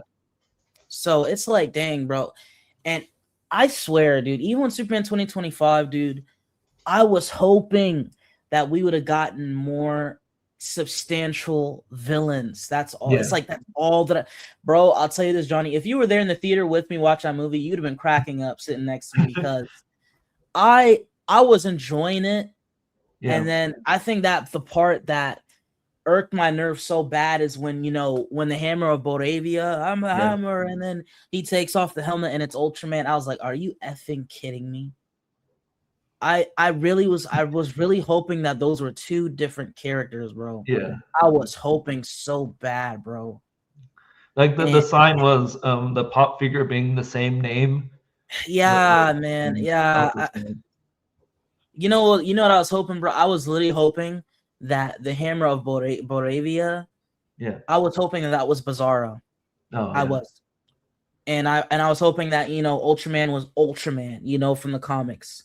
I Yeah. wanted it to be Bizarro and Ultraman. I promise you that'd have been so dope, man. I was like, damn. But the whole like people are assuming that he'll turn into Ultraman. He'll turn into Bizarro. Yeah, I know he's in the black hole, you know what I'm saying, and all that stuff. But I think to me, that would piss me off more. You get me, Johnny? Because now you sacrifice two villains. Yeah. They're gonna. You know what's funny? If they do that, then he's pulling a Batman versus Superman. Yeah. Funny, right? You laughing because I'm speaking facts, because you know why? They turn General Zod into Doomsday. So you're gonna turn Ultraman into Bizarro? Like, no, they're all separate villains. Don't do that. That's stupid. One thing that kind of annoys me is whenever people say like Zack Snyder's blueprint, and like they put like two pictures, like Zack Snyder's like movie, and then another one that's like kind of similar but like obviously a newer movie. But like when I point out like they pointed out the whole like Cavill pulling that boat thing, and then showing Fantastic Four the thing doing the same exact thing, and I pointed out, you do realize Pirates of the Caribbean did the same exact shot. Exactly, with Jack Sparrow. Exactly. The only difference is the like, boat wasn't moving. Like trying to lie about people are lying about him being like. this, Listen, bro, I'll be the first one to say I love Zack Snyder's visuals. Yeah, but like the blueprint thing. Sometimes I'm like, y'all need to calm down. Like, there is certain degrees. Like, you know what's crazy? If you've seen that X-Men Avengers Doomsday teaser, yeah, and then you see the end of Cyclops is like, ah, yeah. Now that looked like something Zack Snyder would do. Yeah. From the filter to his laser, from his optic blast. I don't think people picked that up. His optic blast looks like Doomsday's blast in Batman versus Superman. Yeah. It's the same blast, like the same color grade and everything. Yeah. So, and even the Russo brothers admit that they're a fan of Zack Snyder's visuals, and they showed you that with that scene. Yeah. But see,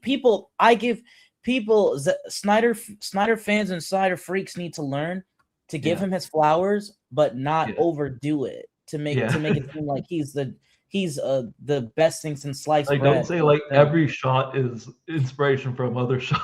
No, like I'm like, stop. Like I get it, y'all. Like, yes, like we love Zack Snyder visuals and stuff like that, but bro, like calm down. It's at the end of the day now, it's starting to really get irritating to me. That I think one movie that the Snyder fans would actually enjoy that James Gunn did and all that stuff was the Belko project, Belko experiment. Oh, I heard about that. That would be like a very Zack Snyder fan kind of like enjoyment, but like the people that hate him would just not give it a chance just because he's written. Dude, it's like, bro, here's the thing. This is style and like story wise, that's kind of like a Zack Snyder movie.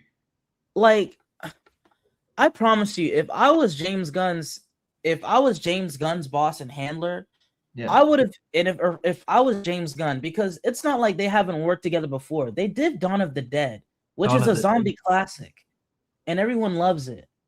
So for me, if I was James, like I said, bro, to win over the Snyder fans, I would have just announced that, like I said before, I would have Zack Snyder do The Authority. At least you giving them something with this guy who you think they look at him like he's God. And y'all are so-called best friends, right? If y'all are best friends, like I don't see why. Like, here's the thing. It's like if you were James Gunn and you're running DC and you see all the love and aspiration that people have for Zack Snyder and what he did with Man of Steel and everything like that, would you let him do a few films, or would you leave him alone? In your eyes, I would say a few, but not like the amount that they the crazy ones want. Yeah, no. If I Like not it, like look, every single project that was announced beforehand, like that no, would be way too much.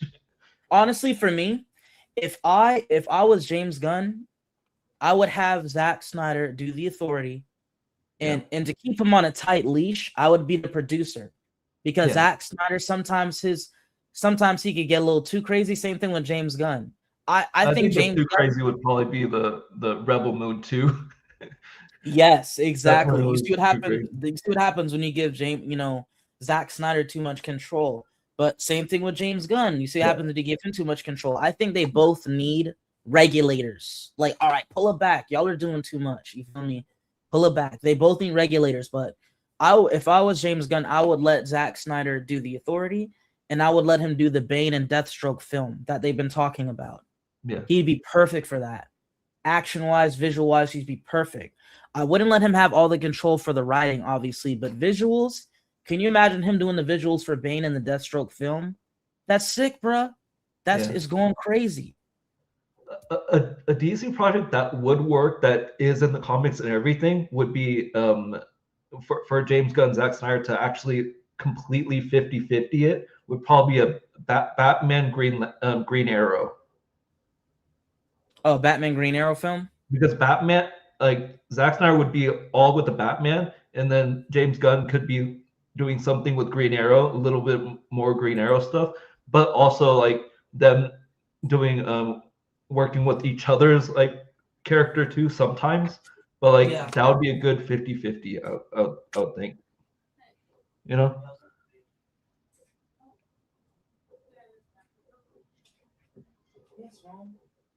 Is there bones?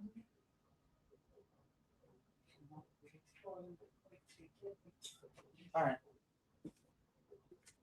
My bad, Johnny. I'm still here. Yeah, that's good. But You're good. yeah, man. Honestly, for me, dude, at this point, I gotta ask you a question, sir. Yeah. Have you watched the It Welcome to Derry show? Actually no, but I heard that's like really good and stuff. But I'm being completely honest. I could easily be lying, but like, no, hey, tell the truth, bro. Yeah. Tell the truth, man.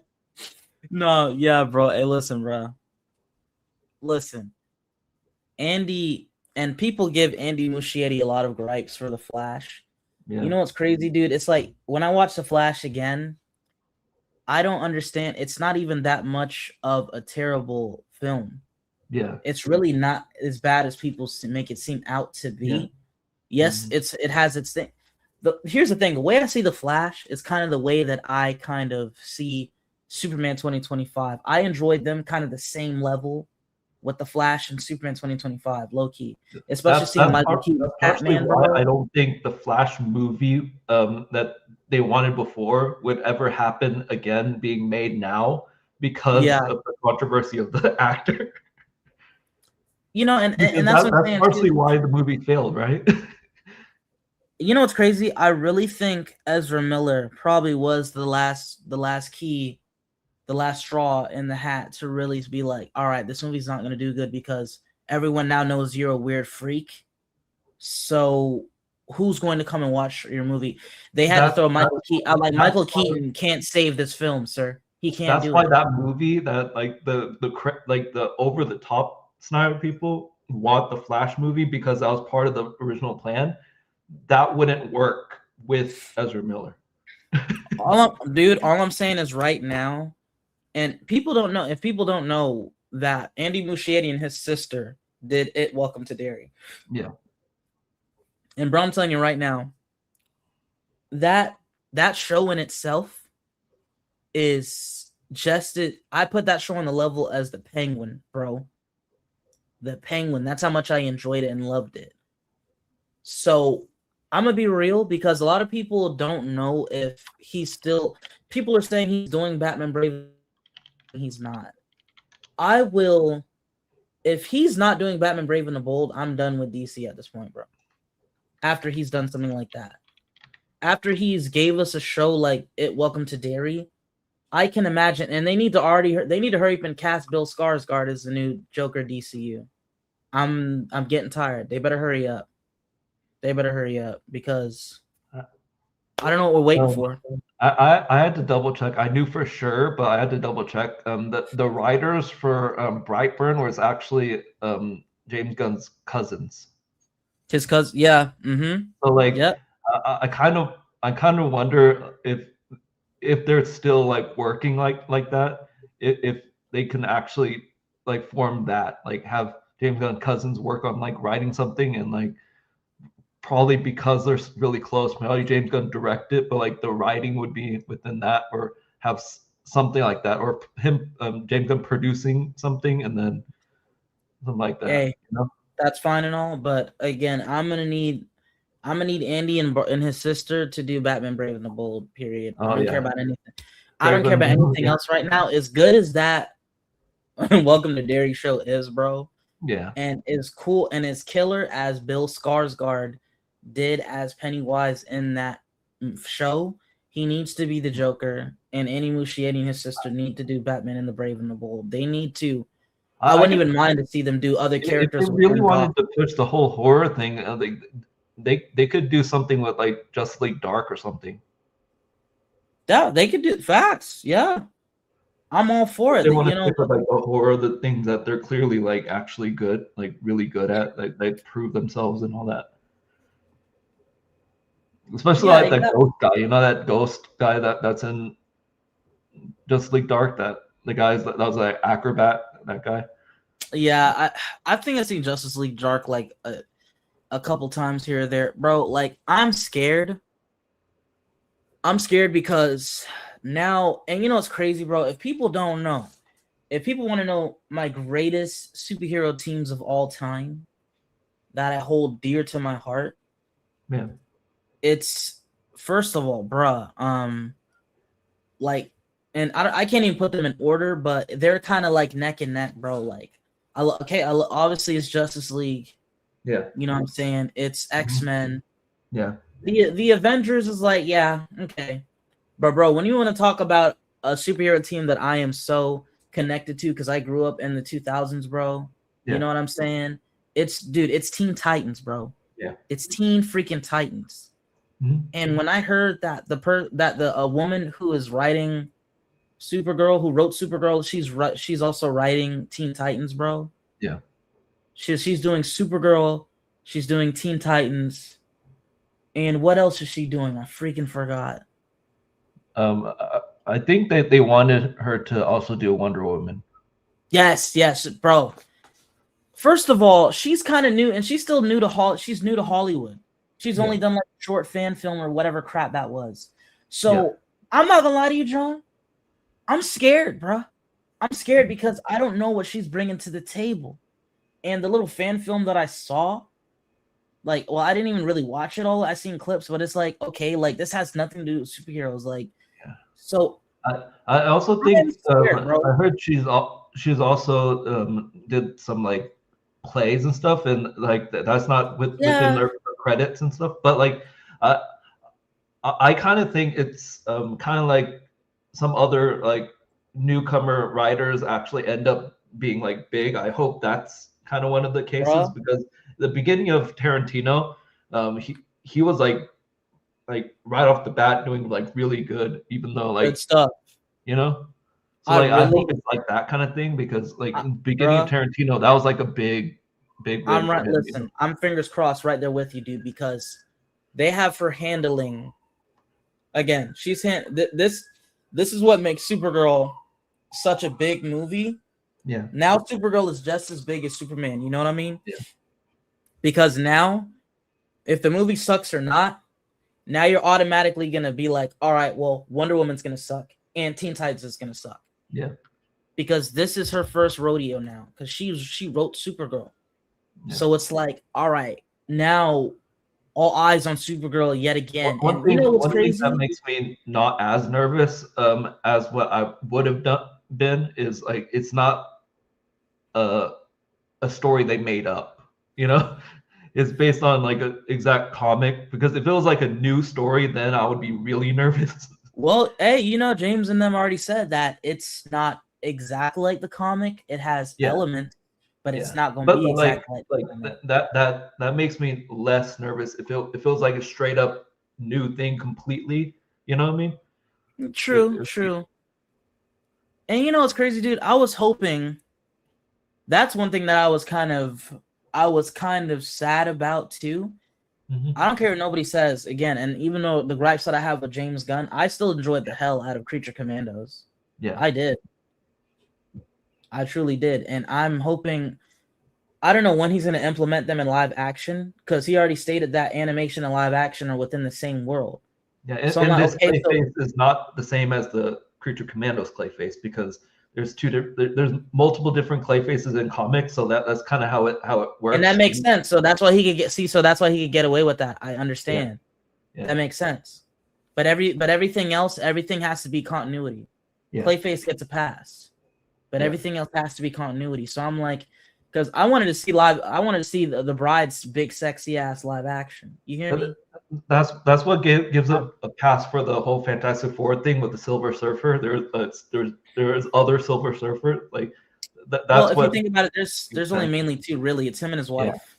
Yeah, That's but the like, main- that's what I mean by like Mhm. that kind of thing. Where it's like, I didn't I mind would it. have You know, been mad people- if there was only one and they just made this one up.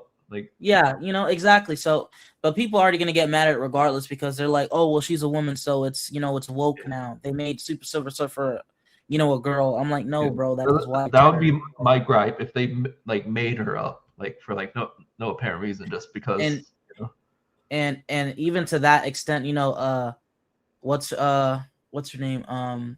She was excellent in there. Julie Garner, she was excellent as Silver Surfer. I liked her in the film. Yeah. I think she was dope. So she blew me away too. I thought I was gonna be like, all right, I hope this isn't just excuse for them to put a female, character in here. And then when I watched the film, I was like, oh man, she was actually pretty dope. I liked it.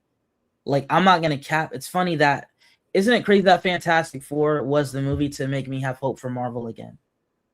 I think Fantastic Four, and I already did. I remember I did the review a long time ago, whatever, scrapped it, but I already said that. Like, and that's just me. I like Fantastic Four more than Superman. I'm not gonna sit here. I sort of think if it was like Fantastic Four with the story and like what's everything about, but they have the cast of the original one, like I think that would be like very, very good. Like the movie itself being good, and then the casting of the original one actually seemingly being better than 2000s Fantastic Four. Like the first Fantastic Four movie. Like to Yeah, me, you're that not casting was just too spot on to like really. You're not talking about the Abomination Fan Four stick, right? No, the original Fantastic Four movie, like the original one. Yeah, I know. That's why Fan they Four made stick, a bro. sequel, because that was like pretty spot on to the comics. Like that's Yo, why they and made that the second one. and that dude, that Silver Surfer, that Norrin Rad and freaking the second one was dope. He was Yeah. awesome. He looked dope. He was awesome, bro. I'm like, yo, this is Like the Reed Richards was a spot on like comic book truly actor was. casting. Truly was. And then you had, you got Captain America, Chris Evans as Human Torch, perfect. Yeah. Jessica Alba, her sexy ass, perfect. She's come on. And then you have the Thing, even though the Thing didn't it was like a practical suit. It wasn't CGI, but they had the voice down packed, the growly voice. That's the only problem I have with this new Thing. Where's your growly voice, bro? You're the Thing. You don't have. It's supposed to sound like he has rocks in your. Yeah, just like normal. Normal. He's talking like a normal, average Joe off the street. I'm like, come on, bro. Y'all got it's like, why would y'all do that? And the emotional part where he in the original one where he's trying to pick up the ring. The ring, yes, his wedding. Yeah, like, come on, like that bro. kind of emotional thing. They didn't really have it in the, I'll be honest here. If we had to compare both these things, I wish the Thing in 2000 had the CGI of this Thing. Yeah. He'd be epic, perfect. But this Thing, he ain't got nothing on the Thing in the 2000s. And you remember that behind the scenes picture where they put like it showed the Thing where he had the like a fake little like mask thing that it looked like it looked pretty bad. Oh, you mean in this Fantastic Four film? Yeah, the new one where they. Oh yeah, where he had to put the Oh my gosh. I don't know, bro. That's just like my biggest gripe, bro. But I'm not gonna cap. To me, they did Galactus justice in this film, bro. Yeah. They did him justice, bro. He was dope in here, bro. I don't know, man. People, again, I understand people sometimes you have your opinion, you have your perception, you have your subjection to an art, and sometimes you're just hating for no reason. I always say, if you can tell me why you don't like something in a very detailed, articulate way, I'll accept that. But if you just say, "Oh, this sucks," or this was trash, or this is ass, then I'll be like, "Okay, well, can you explain?"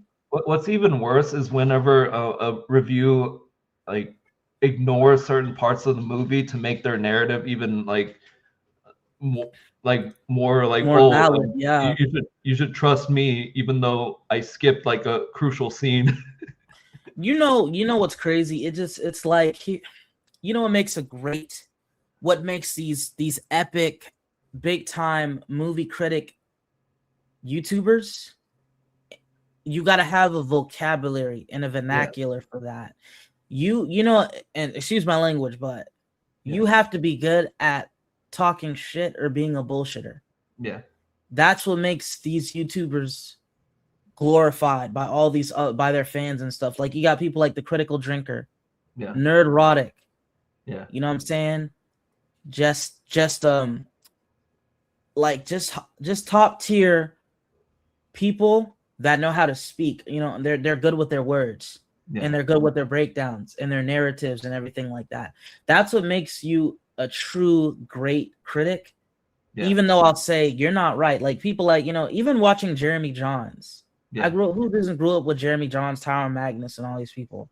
Like, to them, and see, the thing with Critical Drinker and Nerdrotic, they don't have the fun, poppy aura like Jeremy Johns and Tyron Magnus does. Yeah. But they have better vernacular and breakdowns than Tyron Magnus and Jeremy Johns. That's what puts them on that different stratosphere. And again, it's like you always look at those greats like, dude, because I'm not going to cap. People can hate Tyron Magnus all you want. Tyron Magnus is the reason why I wanted to become a YouTuber. Yeah. Period. He inspired me to become a YouTuber, to be real. Like, he's the godfather of reactions. Man's been doing it for about over 10 years, dude. Same thing with Grace Randolph. People can hate Grace Randolph all they want.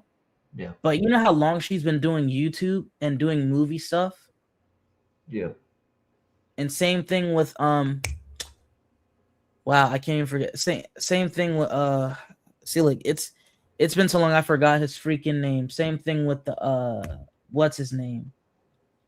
I think you probably know I'm gonna even talk what I'm gonna say, because it's crazy that he donated on my channel. I'll never forget that. Yeah. Oh, freak.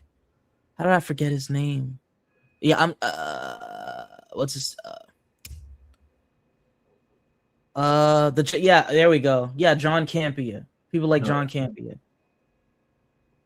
And he's been doing YouTube for what? Over 10 years now. Past 10 years. These people, they put in the work. That's why they are where they're at as well. So I'll never hate on them in a certain degree. Yes, I have disagreements with them, but I'm not going to wish that they die because it's something they said. That's their opinion. And I think I've learned that with YouTube. You know what I mean? With being a YouTuber. You got to learn to people go over the top. Dude, I whenever I say something that's just purely my opinion, I even get like a few death threats. So it's like they're going way too overboard. Dude, it's like, come on, bro. And then people it's funny, there's people who have made their YouTube channels off of trolling. Yeah. They made their YouTube channels off of trolling and off of pushing narratives and off of movements and all that other stuff. Yeah. I'm not going to say names, but we know who it is. We know who they are. People who are basically sucking movies off because they want to get backstage access. They want to hang out with the directors and the actors, and then you say the movie's awesome. Of course you are, mother freaker. You are on the set while they're making the movie. You expect me to hear you say it's gonna suck or it's bad when you were shaking hands or doing interviews with the director? So it's like, I get it. People got mouths to feed. They have families. They got bills to pay. So it's like now I see YouTube for what it is. Yeah. And I'm gonna say it as it is, and I'm gonna leave it at that. You know what I'm saying? I feel like that's what made me go over the edge and delete all my videos.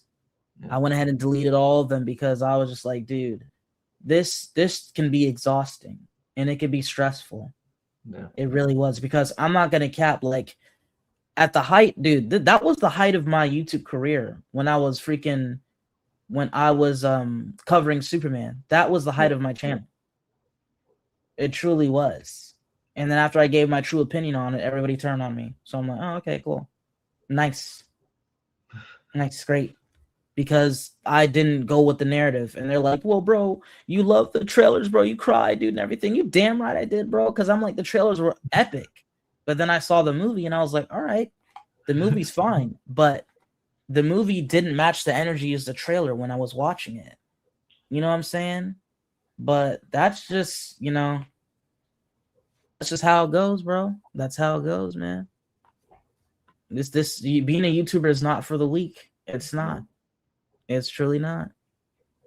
But yeah, man, freaking you definitely need to go watch It Welcome to Derry, dude. It's a dope show, bro. Yeah. I mean, if you're not scared of clowns, it is what it. If you see any, weird, scary, sick parts, just throw a cover over your face, or you can fast forward it, bro, and continue to watch the epic show it is, dog. Because I've been sort of I kind of recently I finished the first season.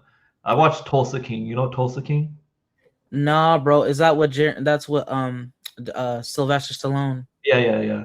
I heard how good it is. I have not watched it yet, bro. It was pretty good. Like my gripes for Breaking Bad kind of are away with the Tulsa King thing.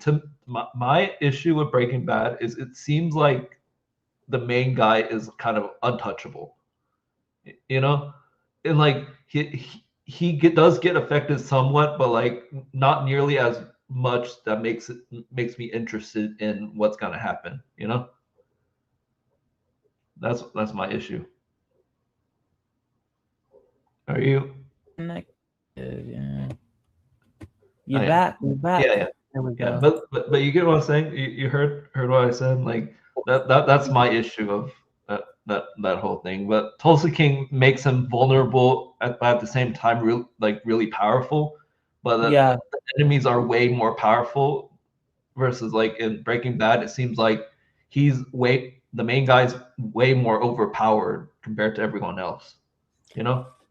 You never see, and that's the thing with good writing. You never fear that the main character is gonna die. Yeah. That's just what you call terrible writing. Yeah. And it's funny. I know you've probably been seeing it all over the internet and all on social media and everything about Stranger Things season 5, sir. Yeah. Bro, people, and I'm a huge Stranger Things fan, as you can see. I got the jacket on, for goodness sakes. Yeah. Like, just watching the season, dude, I'll say this. The final season, it wasn't terrible, but it wasn't great. Isn't it funny? This is season 5 of Stranger Things is exactly how I felt about The Flash. It is exactly how I felt about Superman 2025. Yeah. It's not epic, but it's not terrible. Yeah. You get me? Yeah. What made season 5 of Stranger Things so much worse is because all the plot holes, all the unanswered questions, all these loose ends that were kind of not answered, but now the show's over the way that they ended it. So you're kind of like, well, what about this? What about that? Wait, that doesn't make any sense. Like, this is what's going to happen when you write a show so epic. You have to make sure that you tie all your loose ends, bro. This is what happens. Yeah. So, yeah, man. People hate the final. People hate the final season so much that they think that there's a secret episode. There's not. The conformity gate is not real, sir. And if it is real, if this theory is true and they actually are covering a secret episode that's coming out, This will be the greatest writing in history of all time. One thing that would be a big thing, like you mentioned, like if there was a secret episode, one thing that would be a big thing that would kind of alleviate a little bit of the issues that people have with Netflix owning Warner Brothers and stuff is have the secret, like that secret episode be in theaters for like a longer period of time. Drop a trailer, dude. Yo, drop a trailer. Stranger Things season 5. The true finale, only in theaters. Like a theatrical window that's like pretty long to make it like a little like an epic thing. Then make it 3.5 hours. It's a 3.5 hour movie. Might as well 3.5. Dude, and you know how thing would be like a big move. Do you know how much the internet would explode if that really happened in real life? If that does exist, and if they really did do that, I think that'd be one of the greatest cinematic moments in television history. Nothing would probably top that if this would be true. And what makes it sad is the Duffer Brothers, their writing was so good and so epic through seasons 1 and 4 that we just can't fathom as fans that they dropped the ball so hard with the final season. Like, how could y'all do that? Or how could you miss this? And how come this doesn't make sense? Like, people still do not believe that that's the true finale, and I get it because the Duffer Brothers, their writing was magnifique. Same thing as like Game of Thrones. It's the same, same situation, same scenario. But people are saying the Game of Thrones finale was worse. I have not. Here's the thing: I haven't watched Game of Thrones or Breaking Bad ever, so I don't know. Yeah, I don't know if you probably watched both of them. I watched like a decent amount of Breaking Bad, but like I fell off of Breaking Bad because of my issues. Where I told you that it seemed like he was untouchable.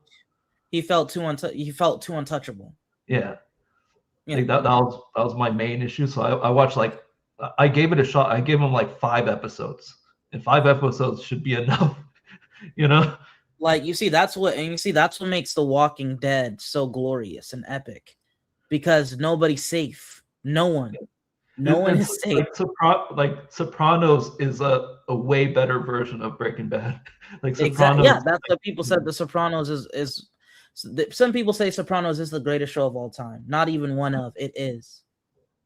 So that's why people love The Penguin so much, because it's like the DC version of the Sopranos. Yeah, and people compare Sopranos with Breaking Bad, and I said Sopranos is way better because you dive really deep into the main guy being like really bad, but you completely understand why he did every single thing. So like, it's like, yeah, man, bruh, it's versus crazy, like man. Breaking Bad, it just seems like he just stumbled upon doing drugs, and then like, oh, he's making money, and then that's it. Like he of course he's making money because like surgery and stuff, but like there's plenty of other ways for him to pull that off. It just blows me away, because it's like, you gotta ask yourself, man. I really wish like in Hollywood, you gotta ask yourself, how do these certain people are allowed to make these scripts for this movie, for that movie, for this show? It's like, bro, I promise you, dude, if someone gave me a chance to make a script for a Superman film or a Static Shock film, bro, you're getting $1 billion easy. I don't see, if you love something so much, how can you not create a good story for it? I don't understand. It makes no sense to me. These people, you have 2 years to write a story. That story better be the best thing since sliced bread. You have 2 years, bro. There's no reason why this story should not be epic. That's why I'm really curious about the dynamic duo thing, because since it's stop motion, this got to take like a really, really long time. So like it has to be like sort of at least somewhat epic. Oh, stop motion. Which project is that? The dynamic duo. Oh yeah. You're talking about with DC. Yeah, both Robins and stuff. I would, I'm like, I'm kind of a stiffler when it comes to that. I'm like, dude, I wish that was live action. Actually, yeah. I don't want that. I want live action, bro. Yeah. That was that gonna be Nightwing and Red Hood? Yeah. Yeah, nah, bro. Give me that live action, buddy. Yeah, but honestly, they didn't specify it was Nightwing and Red Hood. They said Dick Grayson Tim Yeah, Drake. and So Jason Todd. Jason Todd, yeah. Jason Todd and Dick Grayson. So I'm guessing it might be both, like at least one or both being Robin. Bruh, it's gonna be Nightwing and Red Hood. I'm like, y'all shut up, bro. It's Nightwing and Red Hood. Yeah, don't try to be inconspicuous about it. Like, I swear, bro, if it was me, dude, and if I had the chance, like, bro, I'm telling you right now, if I had the chance, dude, to do a Batman trilogy, bro, I would legit make the first like villain, like low key, make it a street level style vibe. I think I would make the first villain the Red Hood. Yeah. I need to see Red Hood live action. Yeah. What are we do like cinematic live action? What are we doing here, bro? Yeah. When are we going to get to see Jason Todd Red Hood? You know, and you know what'd be Like so that was my gripe of them killing off Dick Grayson and BBS. You know, like they killed off the first Robin. Oh yeah, you're talking. Wait, I thought that was Jason Todd though. No, like it was. There was a grave. He went to a gravestone and it said Dick Grayson. Are you serious? I never picked that up. Are you serious? You for real? Yeah. And what was funny is like they're planning on like a Nightwing movie, so like they're gonna make like Nightwing a different character, I guess, like different person, because oh god, it wouldn't have made sense if Nightwing wasn't, you know. And you know what makes it so sad is that we'll never truly know if all those movies was truly Zack Snyder's vision, or if the company had their hands in his cookie jar, you know. Yeah. Same thing with any director. Now it's sad because nowadays we don't know if that's their true vision. We don't. Yeah. So that's what sucks. You know, WB, I hate WB at this point. I hope that I will go to hell. I hope they go to hell because I'm sick of these executives getting involved with crap. Yeah. And doing these going so-called, people like to call it woke. I won't call it woke. It's just called, you know, race swapping. I'm so tired of race swapping. If a character is white, they're white, sir. If he's black, he's black. Don't touch him. You know what I'm saying? And I'm a huge Harry Potter fan. Like, I'm talking huge. Like, I literally have a Harry Potter tattoo right on my arm, bro. Like, that's how much I love the Harry Potter movies. You know what I'm saying? And for them to turn Snape, they turn Snape black, bro. I'm like, seriously? I'm like, bruh, you made Severus Snape black.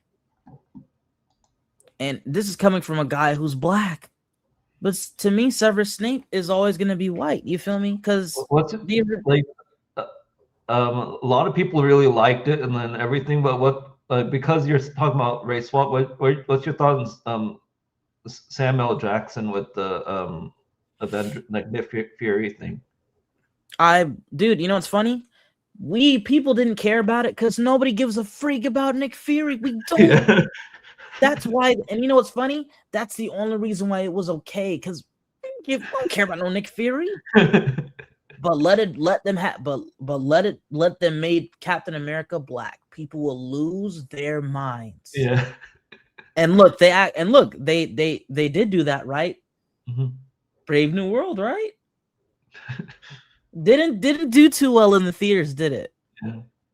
No, it did not. Yeah. Wasn't well received, was it? No, it was not.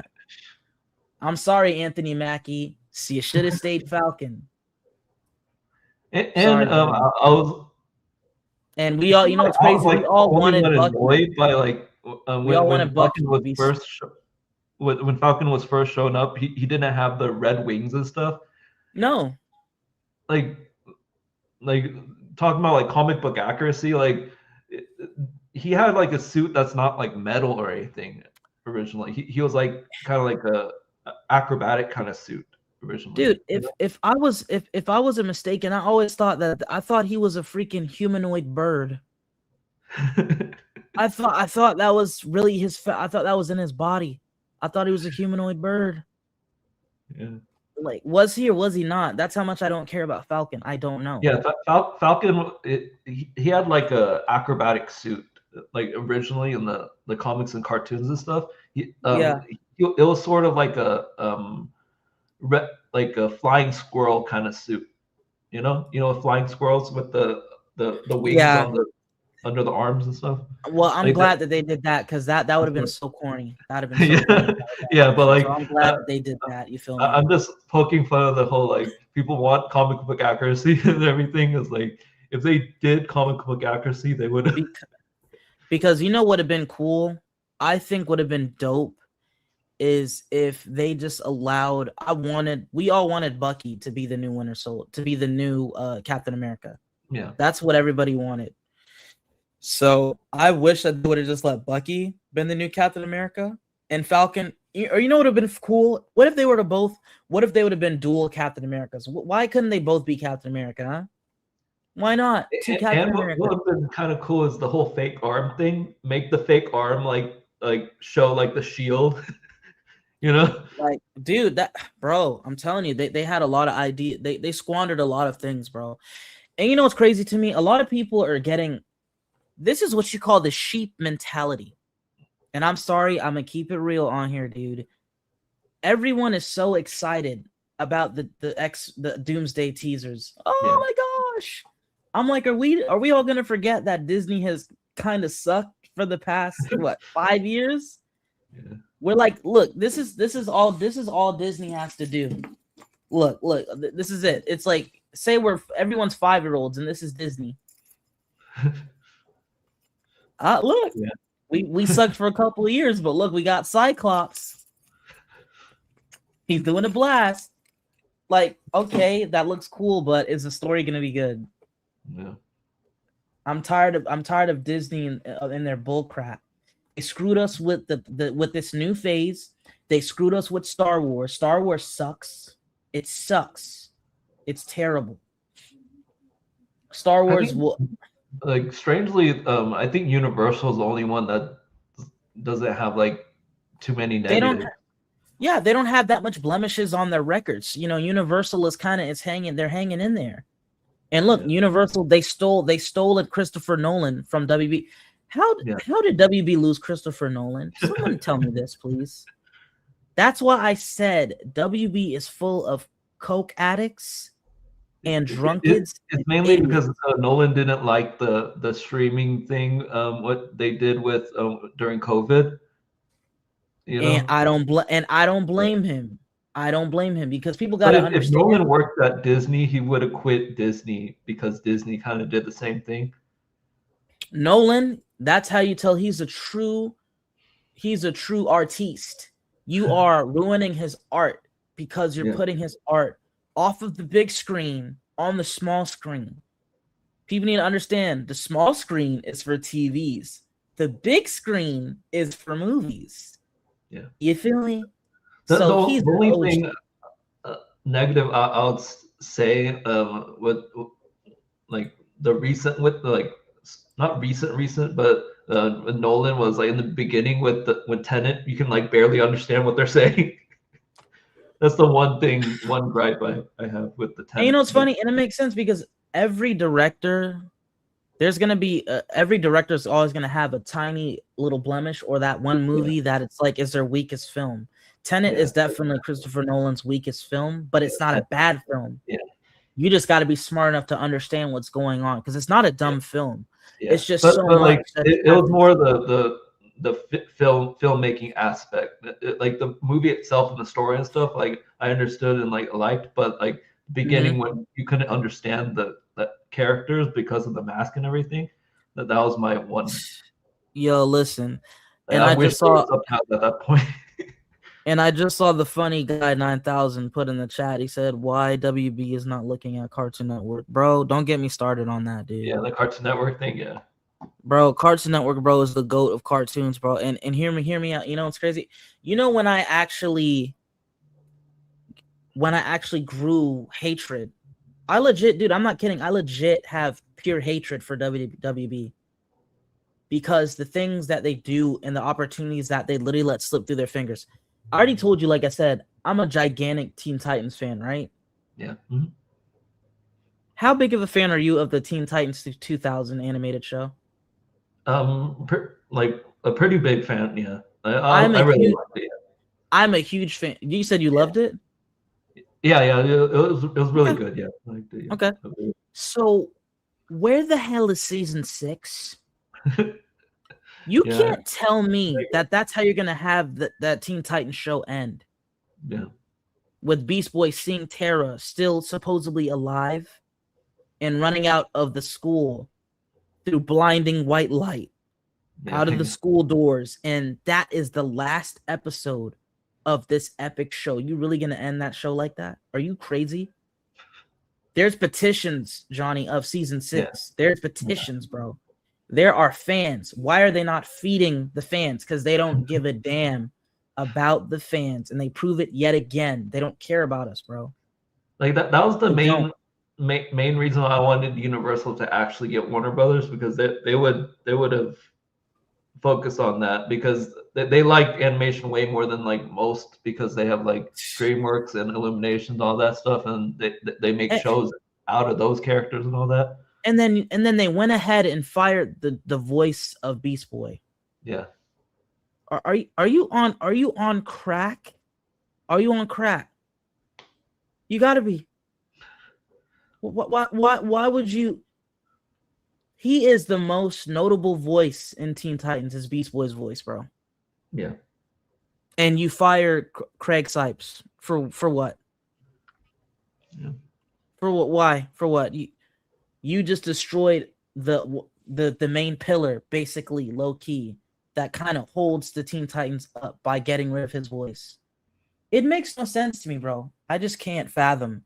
I can't fathom how these fat, big-wigged executives sit in that chair and act like they know nothing about film, cinema, shows, animation. They don't know anything about that. All they know is when are they going to buy their next Ferrari, their next estate, and who's getting the last cigar. That's all that they know. They don't know anything about these fandoms, anything about this culture. They don't know it. And that shows, bro. It truly does. And it's just sad. I don't know. And now you're telling me Netflix, who's dropped the ball with Stranger Things heavily, is about to acquire WB now? I am scared for theaters, period, bro. Like that's why I wanted Universal to get it. scared, Like bro. they sort of gave up on that, but like Universal would have been the one to get it. And see, you see how greed, how the love of money is truly the root of all evil. Because WB should have allowed the studio that's gonna do right by them to get Warner Brothers. It's not about the money, bro. WB had all the chance in the world to be the richest company ever, but they chose to give us filth as movies, filth as TV shows, when you guys had the greatest comic. Yeah, you have the greatest comic book characters of all time. Sorry, Marvel. Sorry, everyone. It's the truth. DC is just better. I'm sorry. I love Marvel to death, but DC, there's so many complex and layers, bro. I'm sorry. DC, how do you not get DC right? All they had to literally do is copy what Marvel did with Phase 1 and 2. You're supposed to make 3 movies for Batman, 3 movies for Wonder Woman, 3 movies for Superman. And then you bring them together. You make 2 movies for Aquaman, 2 movies for Cyborg, or 2 movies, Green Lantern. And people hate Ryan Reynolds' Green Lantern. It's not that bad. It blows me away. I don't care what nobody says, bro. Ryan Reynolds' Green Lantern, those suits look awesome. Those rings look awesome. Get mad at me all you want. Who gives a freak? That would have been the start of the universe. You know that Green Lantern would have been a start of a, like, they were planning on other movies after that. That's why at the very end he turned into Yellow Lantern. Do you think that movie was that bad? I didn't. Yeah, it was not pretty that good. Bad. I watched that thing in theaters, bro, with my uncle. But the only thing I'd say was a little cringe. I didn't like Parallax. I didn't like the villain. Hot Wheels part. That was cut. Nah, stop. But you got, dude. That's something that Hal Jordan would probably do, and I think that was kind of cool and clever. It was funny. Yeah. But I think the execution was corny. Yeah, execution. Yeah, that was what it was. But it was kind of funny. You know what I'm saying? It's corny, funny, bro. Sometimes it's good to have a little bit of corn. Yeah. It's good to have a little bit of corn in your superhero films, bro. So that's why I let that slide. Yeah. But dude, seeing Mark Strong as Sinestro, there will never be another perfect Sinestro like Mark Strong. Yeah. Seeing Mark Strong as Sinestro in that film gave me chills of how good he looked as Sinestro. I'm like, bro. And then remember when he got the yellow ring at the end? His ring turned yellow at the end, bro. I'm like, dude, they had an end credit scene and we get nothing. We were gonna get evil Sinestro and we got nothing. Yeah. WB it was is purely the trash. box office, though. It was purely the box office. And see, I don't know what you would have thought there must not be that much Green Lantern fans. Seriously. Because that movie should have got way more money than what it got. It was not that bad at all. It wasn't. Yeah. Look at Black Adam. Black Adam should have made $1 billion, right? What happened? What happened? It was the Snyder fans boycotting it. only to reveal their Lord and they claim Henry Cavill to be their Lord and Savior, but you didn't show up for Henry Cavill at the last minutes, right? But they're like openly saying they were boycotting it, like it was all like everyone's social media. It was weird. Even though The Rock was wrong for how he treated Henry Cavill. Yeah. You shouldn't have. You use Henry Cavill as a bargaining chip to throw him at the end of the movie. And The Rock thought he was above being the villain of Shazam. I heard that, which I don't blame him. I'm sorry, Zachary Levi is trash as Shazam. Yeah. As fun as the first Shazam was, I had fun with it. I just can't stand Zachary Levi as Shazam. I can't. I still think that the Rock should have chose a different character if he wanted to have a character. The Rock was born to play Black Adam to me. I'm sorry, because he looks just like the character. I can't get mad at that. Looking really good with the character, but his contract of him not losing and him facts. You see what happens. You see what happens when people bow down because it's just The Rock. I couldn't have been David Zaslav, because if I was David Zaslav, I would have said, "Hey, I love you, Rock, but who the freak do you think you are? If you want to pay Black Adam, I don't mind you playing Black Adam, but you better throw this contract out the window because you're going to lose. You're the villain. The villain's job is to lose, buddy. Who do you think you are?" Like, it's like they're afraid to put their foot down with these big Hollywood actors. The Rock would have kneeled down and took it. He would have kneeled down and took it. I don't care if your contract says you can't lose a fight. With your huge ego. I'm like, you better lower down your steroid usage so it doesn't block your brain cells. You hear me? I've been somewhat open for him to, like, because the Snyderverse was sort of like the Elseworld kind of like some stories. I would be sort of open him being Lex Luthor over Jesse Eisenberg. The Rock is Lex Luthor. Yeah, in the Justice animated thing, like the Lex Luthor was kind of like black, not like he was like light skinned. I see what you're saying. I can kind of see. You mean the one with Clancy Brown? Yeah. Yeah, I can see it. Like he would obviously not be the like tan up for it because he would be the light skin. He would like make sure. I see the vision. If I had to choose Jesse Eisenberg or The Rock, obviously it'd be The Rock. Like Jesse, and you know it's so sad. It's like Jesse Eisenberg. You know what makes it sad is like if Jesse Eisenberg was serious, like no jokes, no games, and not acting. Like if he wasn't doing all that crap, and he acted like Lex Luthor, and probably say if he would have what if he put muscle on for the role? He got bigger. Yeah, you know what I'm saying? Like Jesse Eisenberg, people tend to forget that he can play serious. Yeah, it's just it's the script that he was given. He only did what he was asked to do, and I know he could do better.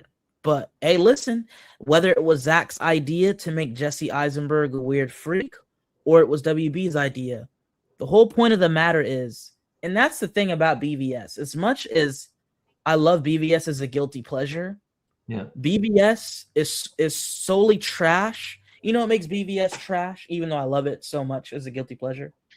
No. Is there's no way people are saying that, well, BVS still made $800 something for a Batman and Superman movie. That is trash. That movie should be making $1 billion to $2 billion. We finally get to see Batman and Superman on screen together, and it didn't even hit $1 billion. That's a failure in my eyes. That's a failure. I have a question. It is.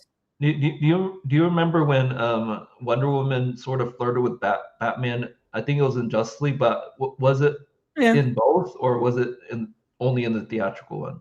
It was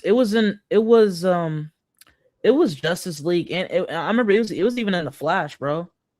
Yeah, but like my question, the reason why I'm saying that is because if he was planning on Batman like taking care of Superman's son because of that and like being with Lois Lane, what was the point of him flirting with Wonder Woman? If that's the story that I was going to, because didn't they say, and we don't know if that's true. I will not say that that's true because I need to hear that out of Zach's mouth. Yeah. But like the whole But if thing. that's like, what they were going for, wasn't he gonna take care? Was that gonna be Superman's son, or was that supposed to be Batman's son again? Who was the child? It would have been Superman. It would have been Superman's son, but he wanted Superman's son to be like a Batman. Oh, that would have been that I think to me. But like we wouldn't know if he had powers or not because like the whole thing where it's like sometimes what I would have wanted, what would have been dope, is if Superman, before Superman died, Lois got pregnant, had a child. Yeah. You feel me? Mm-hmm. But Batman takes him under his wing, knowing that Superman's son, and trains him. But Batman is still with Wonder Woman. You feel me? And hey, screw it. Have Batman and let Batman and Wonder Woman have a son too. They're having babies everywhere. So we got Batman training Superman's son and his son, who's also a demigod. Yeah. So he's training 2 demigod. You feel me? Children. That listen, look, you're laughing. That'd been dope. That'd have been tight. That'd have been tight, bro. Idea, really cool. You see, it's all about how you write the story and how you do it, bro. You know what's so sad and why people will never let go of the Snyderverse is because the potential it had. Yeah. And it will never be seen to what it could have been. That's why people will not let it go. Like the whole live action thing, I'll be fine with live action if but it could be like a TV show. Though. Yeah. All right. Like, I'm okay with TV show because the whole thing was people want it to be live action, but like it being live action and being like movies back to back. I think that would be like the whole superhero fatigue thing, even though people say like it's like bad movie fatigue, but if it was the movies like back to back, that would be a little too much, I think. Dude, listen, bro. I will never believe in that crap. There's no such thing as bad movie fatigue. Well, there's no such thing as superhero fatigue. It's not. Yeah, but like I get that, but I was just saying like literally back to back kind of. Oh, like you mean for superhero films? Yeah. Would you get so if there was like how quickly would the release be for like 5 or 6 movies what they were planning on originally? Every year, listen up, Johnny. Every year, if we got a superhero film every year, and they were all masterpieces, my pockets would be dry. Period. Yeah. But like I'm spending my money. But based I'm not on getting tired. The fact that it would had to have been like a certain amount of time before they get like way too old and way too weak. It like yeah. I mean, go for it, bro. It would have to be like a little more consistent than probably one movie a year. It would probably been like 3 or 4 movies a year. They need to have especially look how old Ben Affleck, Gal Gadot, and Henry Cavill are, man. If I was the directors and the people, I'd be like, hey, yo, y'all gonna have a movie every year because y'all getting, you know what I'm saying? Y'all getting up there in age. Yeah, that's why I was open for it being a TV show, so then they can make it like lot quicker and make it more of a Nah, I'm gonna need it live action, buddy. You see Hugh No, Jackman? no, You see Hugh Jackman's old ass? I was If saying people a get- live action TV show. Yeah. Oh, live action TV show. Okay. Yeah. You know what? Like level of like Game of Thrones and stuff. Or like Stranger Things, Game of Yeah. Thrones, stuff like. Well, A high budget you know TV what? show. If that's what we got, I would have been happy with that. Like, do you see what they saw with Superman and Lois? If they did the Yeah. same thing with how they did Superman and Lois for Henry Cavill, I'd have been a happy camper. Yeah. I'd been a happy camper, bro. And they could have fleshed out every single detail at every Facts, single level. facts. You know, you're right. I'll give you that. I think movies wouldn't flesh out like as If they well. said, sorry, Henry, we can't let you do the big screen. We'll give you the TV screen. I'll take that. I'll take it. But I feel like it's all about competition. Yeah. I feel like they wouldn't want Henry Cavill going up against David Cornsweet because I'm gonna be Yeah. honest with you, sir. Who do you think would get the most attention? I'm sorry. Yeah. I'm sorry, David. Yeah. Yes, you're tall. You're like a cool guy, but you're not going head up with Henry That's one of the Cavill. other reasons why I would say TV show, so then they don't mix the two. Even though Yo. people say that it wouldn't be Johnny, competition, it would- Johnny, even then, people will be home. The Superman movie. yeah. You'll But see like more viewers at you know what I'm TV. saying though? Like Yeah. not directly like rivaling each other. Listen, bro. This is what I said. I felt like, and I remember I made this video, dude. That's what see, and I don't regret deleting all my videos, but dude, I made glorious content with my old videos. I truly did, bro, because I've already stated what Warner Brothers needs to do, what DC needs to do, and they need to just bite the bullet and do it. They need to bring back everyone because there is something called the multiverse. You feel me? Yeah. They can bring back Brandon. They can bring back Henry. Hell, they could bring back whoever. They could bring them all back. They could bring back Christian Bale, whoever.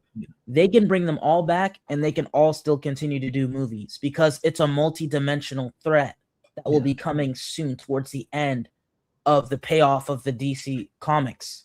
Yeah. You got the Anti-Monitor, all these giant characters that are multi-dimensional threats. Like I said, bro, can you imagine if we saw Brandon Ruth, Tyler Hoechlin, Henry Cavill, and David Cornsweet all fighting together as different Supermans from different dimensions? I'm blowing a load, bro. Take my money. Yeah. Take all of it. Yeah. And you know what you do in that aspect, Johnny? You please all the fandoms. You please everyone. Why can't we all be pleased? Why does it have to be a competition? Why? Yeah. The money's going all the money is going to the same place. WB, bro. But that's what I'm saying. I'm open for like having every version or like everyone like all together, but like it that's what makes me annoyed by people that really want to have everything like canceled and just bring back Snyder stuff. I kind of want. Like they don't have to do that. No, Yeah. you're fine.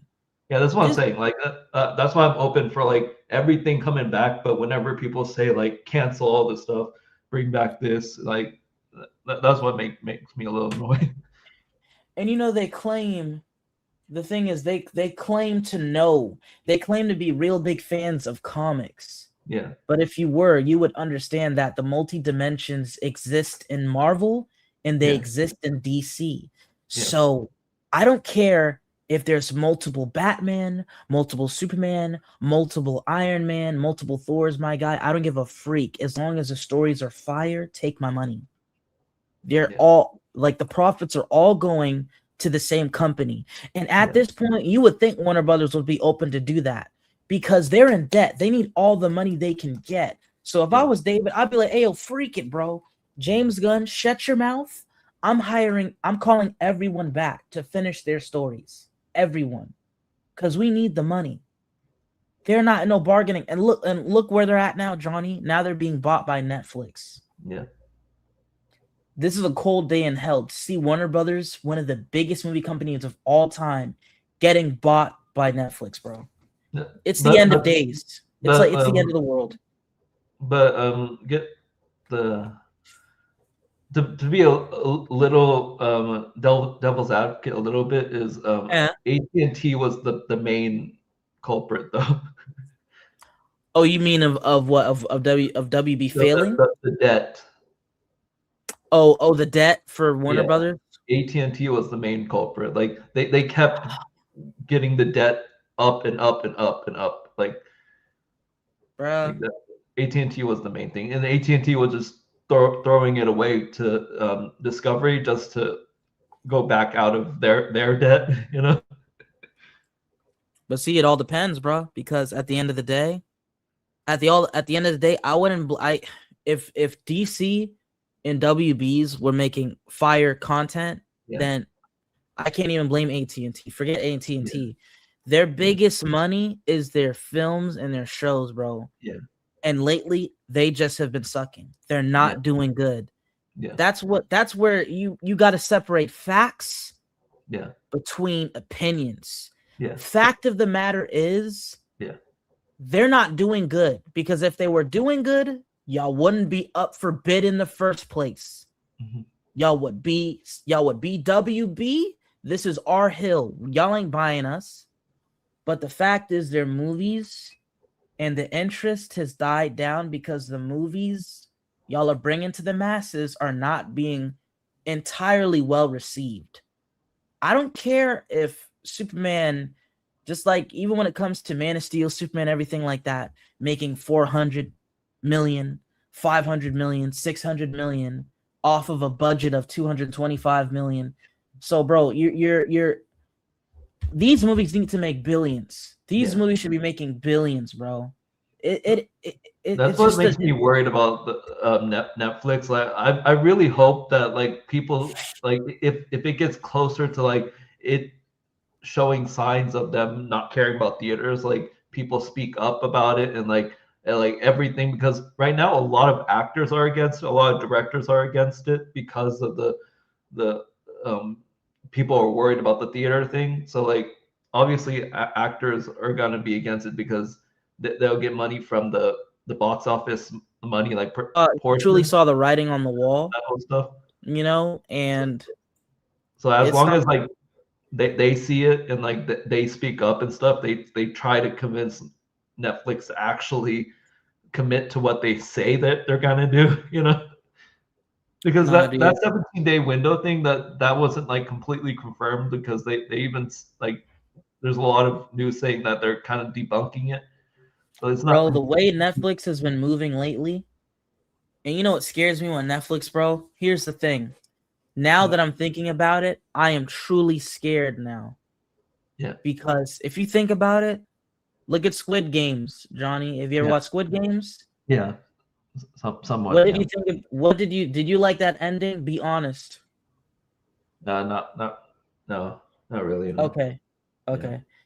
Did you like the first season? Did you like the Wednesday show? Wednesday show? I watched a little bit of it, but I definitely didn't watch like the whole thing. But it popped up a lot though. But you didn't care for it, right? Yeah, not really. Okay. What about Cobra Kai? You like Karate Kid? Yeah. Yeah, Karate Kid. Yeah. Did you love Cobra Kai? No, not really. Damn, I love Cobra Kai, but see, look, you loved it, yeah. Like I loved it. Yeah. Now look at Stranger Things. Yeah. Do you like Stranger Things? Yeah. I'll say somewhat, but like not all the way. No. Did you watch the final season? No, I kind of avoided it. See, like, here's this is the scary part about it, bro. And do you like wrestling? A little bit, yeah. Like more of like the older ones, though. Okay, so do you watch Monday Night Raw on Netflix at all? No. Okay, this is the scary part, my friend. Yeah.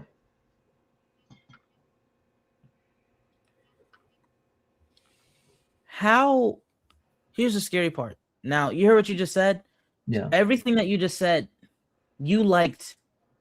I think you said You said you liked. So out of all those options I gave you, Yeah. majority of what you're saying, you didn't care for most of their biggest projects. Yeah. You didn't yeah, care that, for them, that, that was right? the issue. Yeah, that's the That's issue. scary, and that's that's one of their biggest projects. That's scary. So how do you think it's gonna be when they acquire WB and DC, bro? How? Yeah. That's Like scary, that was my dude. that was my issue of like when people say that a certain movie or franchise gets like the majority like it. Whenever I see it, it's like, oh, I didn't like it, so what's the problem? Like people that I know didn't like it, so like what are you talking about majority? You know? I It's- miss the good old days, bro. I miss the days of the Dark Knight trilogy. I'm sorry. Yeah. I do. Because the thing about it is, no matter how you feel about the Dark Knight trilogy, Mhm. the thing was, majority of the world like that. They love that shit. Yeah. That's the whole accomplishment that needs to come back to superhero films. Yeah. I know there's people that exist that don't like the Dark Knight trilogy, and I understand. I get it.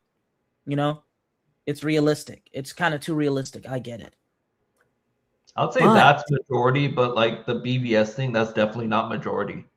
Of course, that's what majority don't like it. Majority hate Yeah. it, and the minority love it, and majority, I'd say majority is guilty pleasure, and the minority hates it. Minority loves it, but Yeah. majority Like it's that was my guilty issue pleasure. when people say a majority likes the Snyder stuff, but like that like BBS is No, proof no. that it's not majority.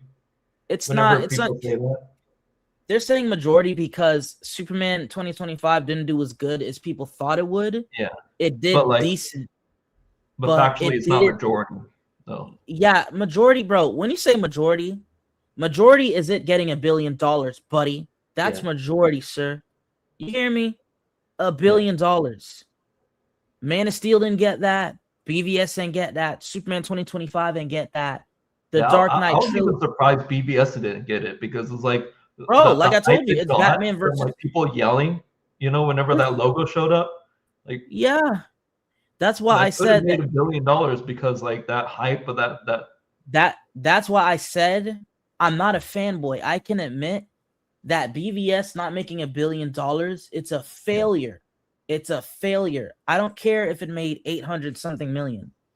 It should have it would the least that movie should have made is $1 billion. The least. The least, sir. And guess what? It didn't. So I'm sorry, it's a failure. You have a live action Batman and Superman meeting for the first time in history. Yeah. So it should have been $1 billion, period. It had to be. Hold on. Actually, I gotta end. Yeah, no, you're good, bro. Yeah, dude. We'll hit it up another time, man. Okay. Have a good one. All right, you too, man.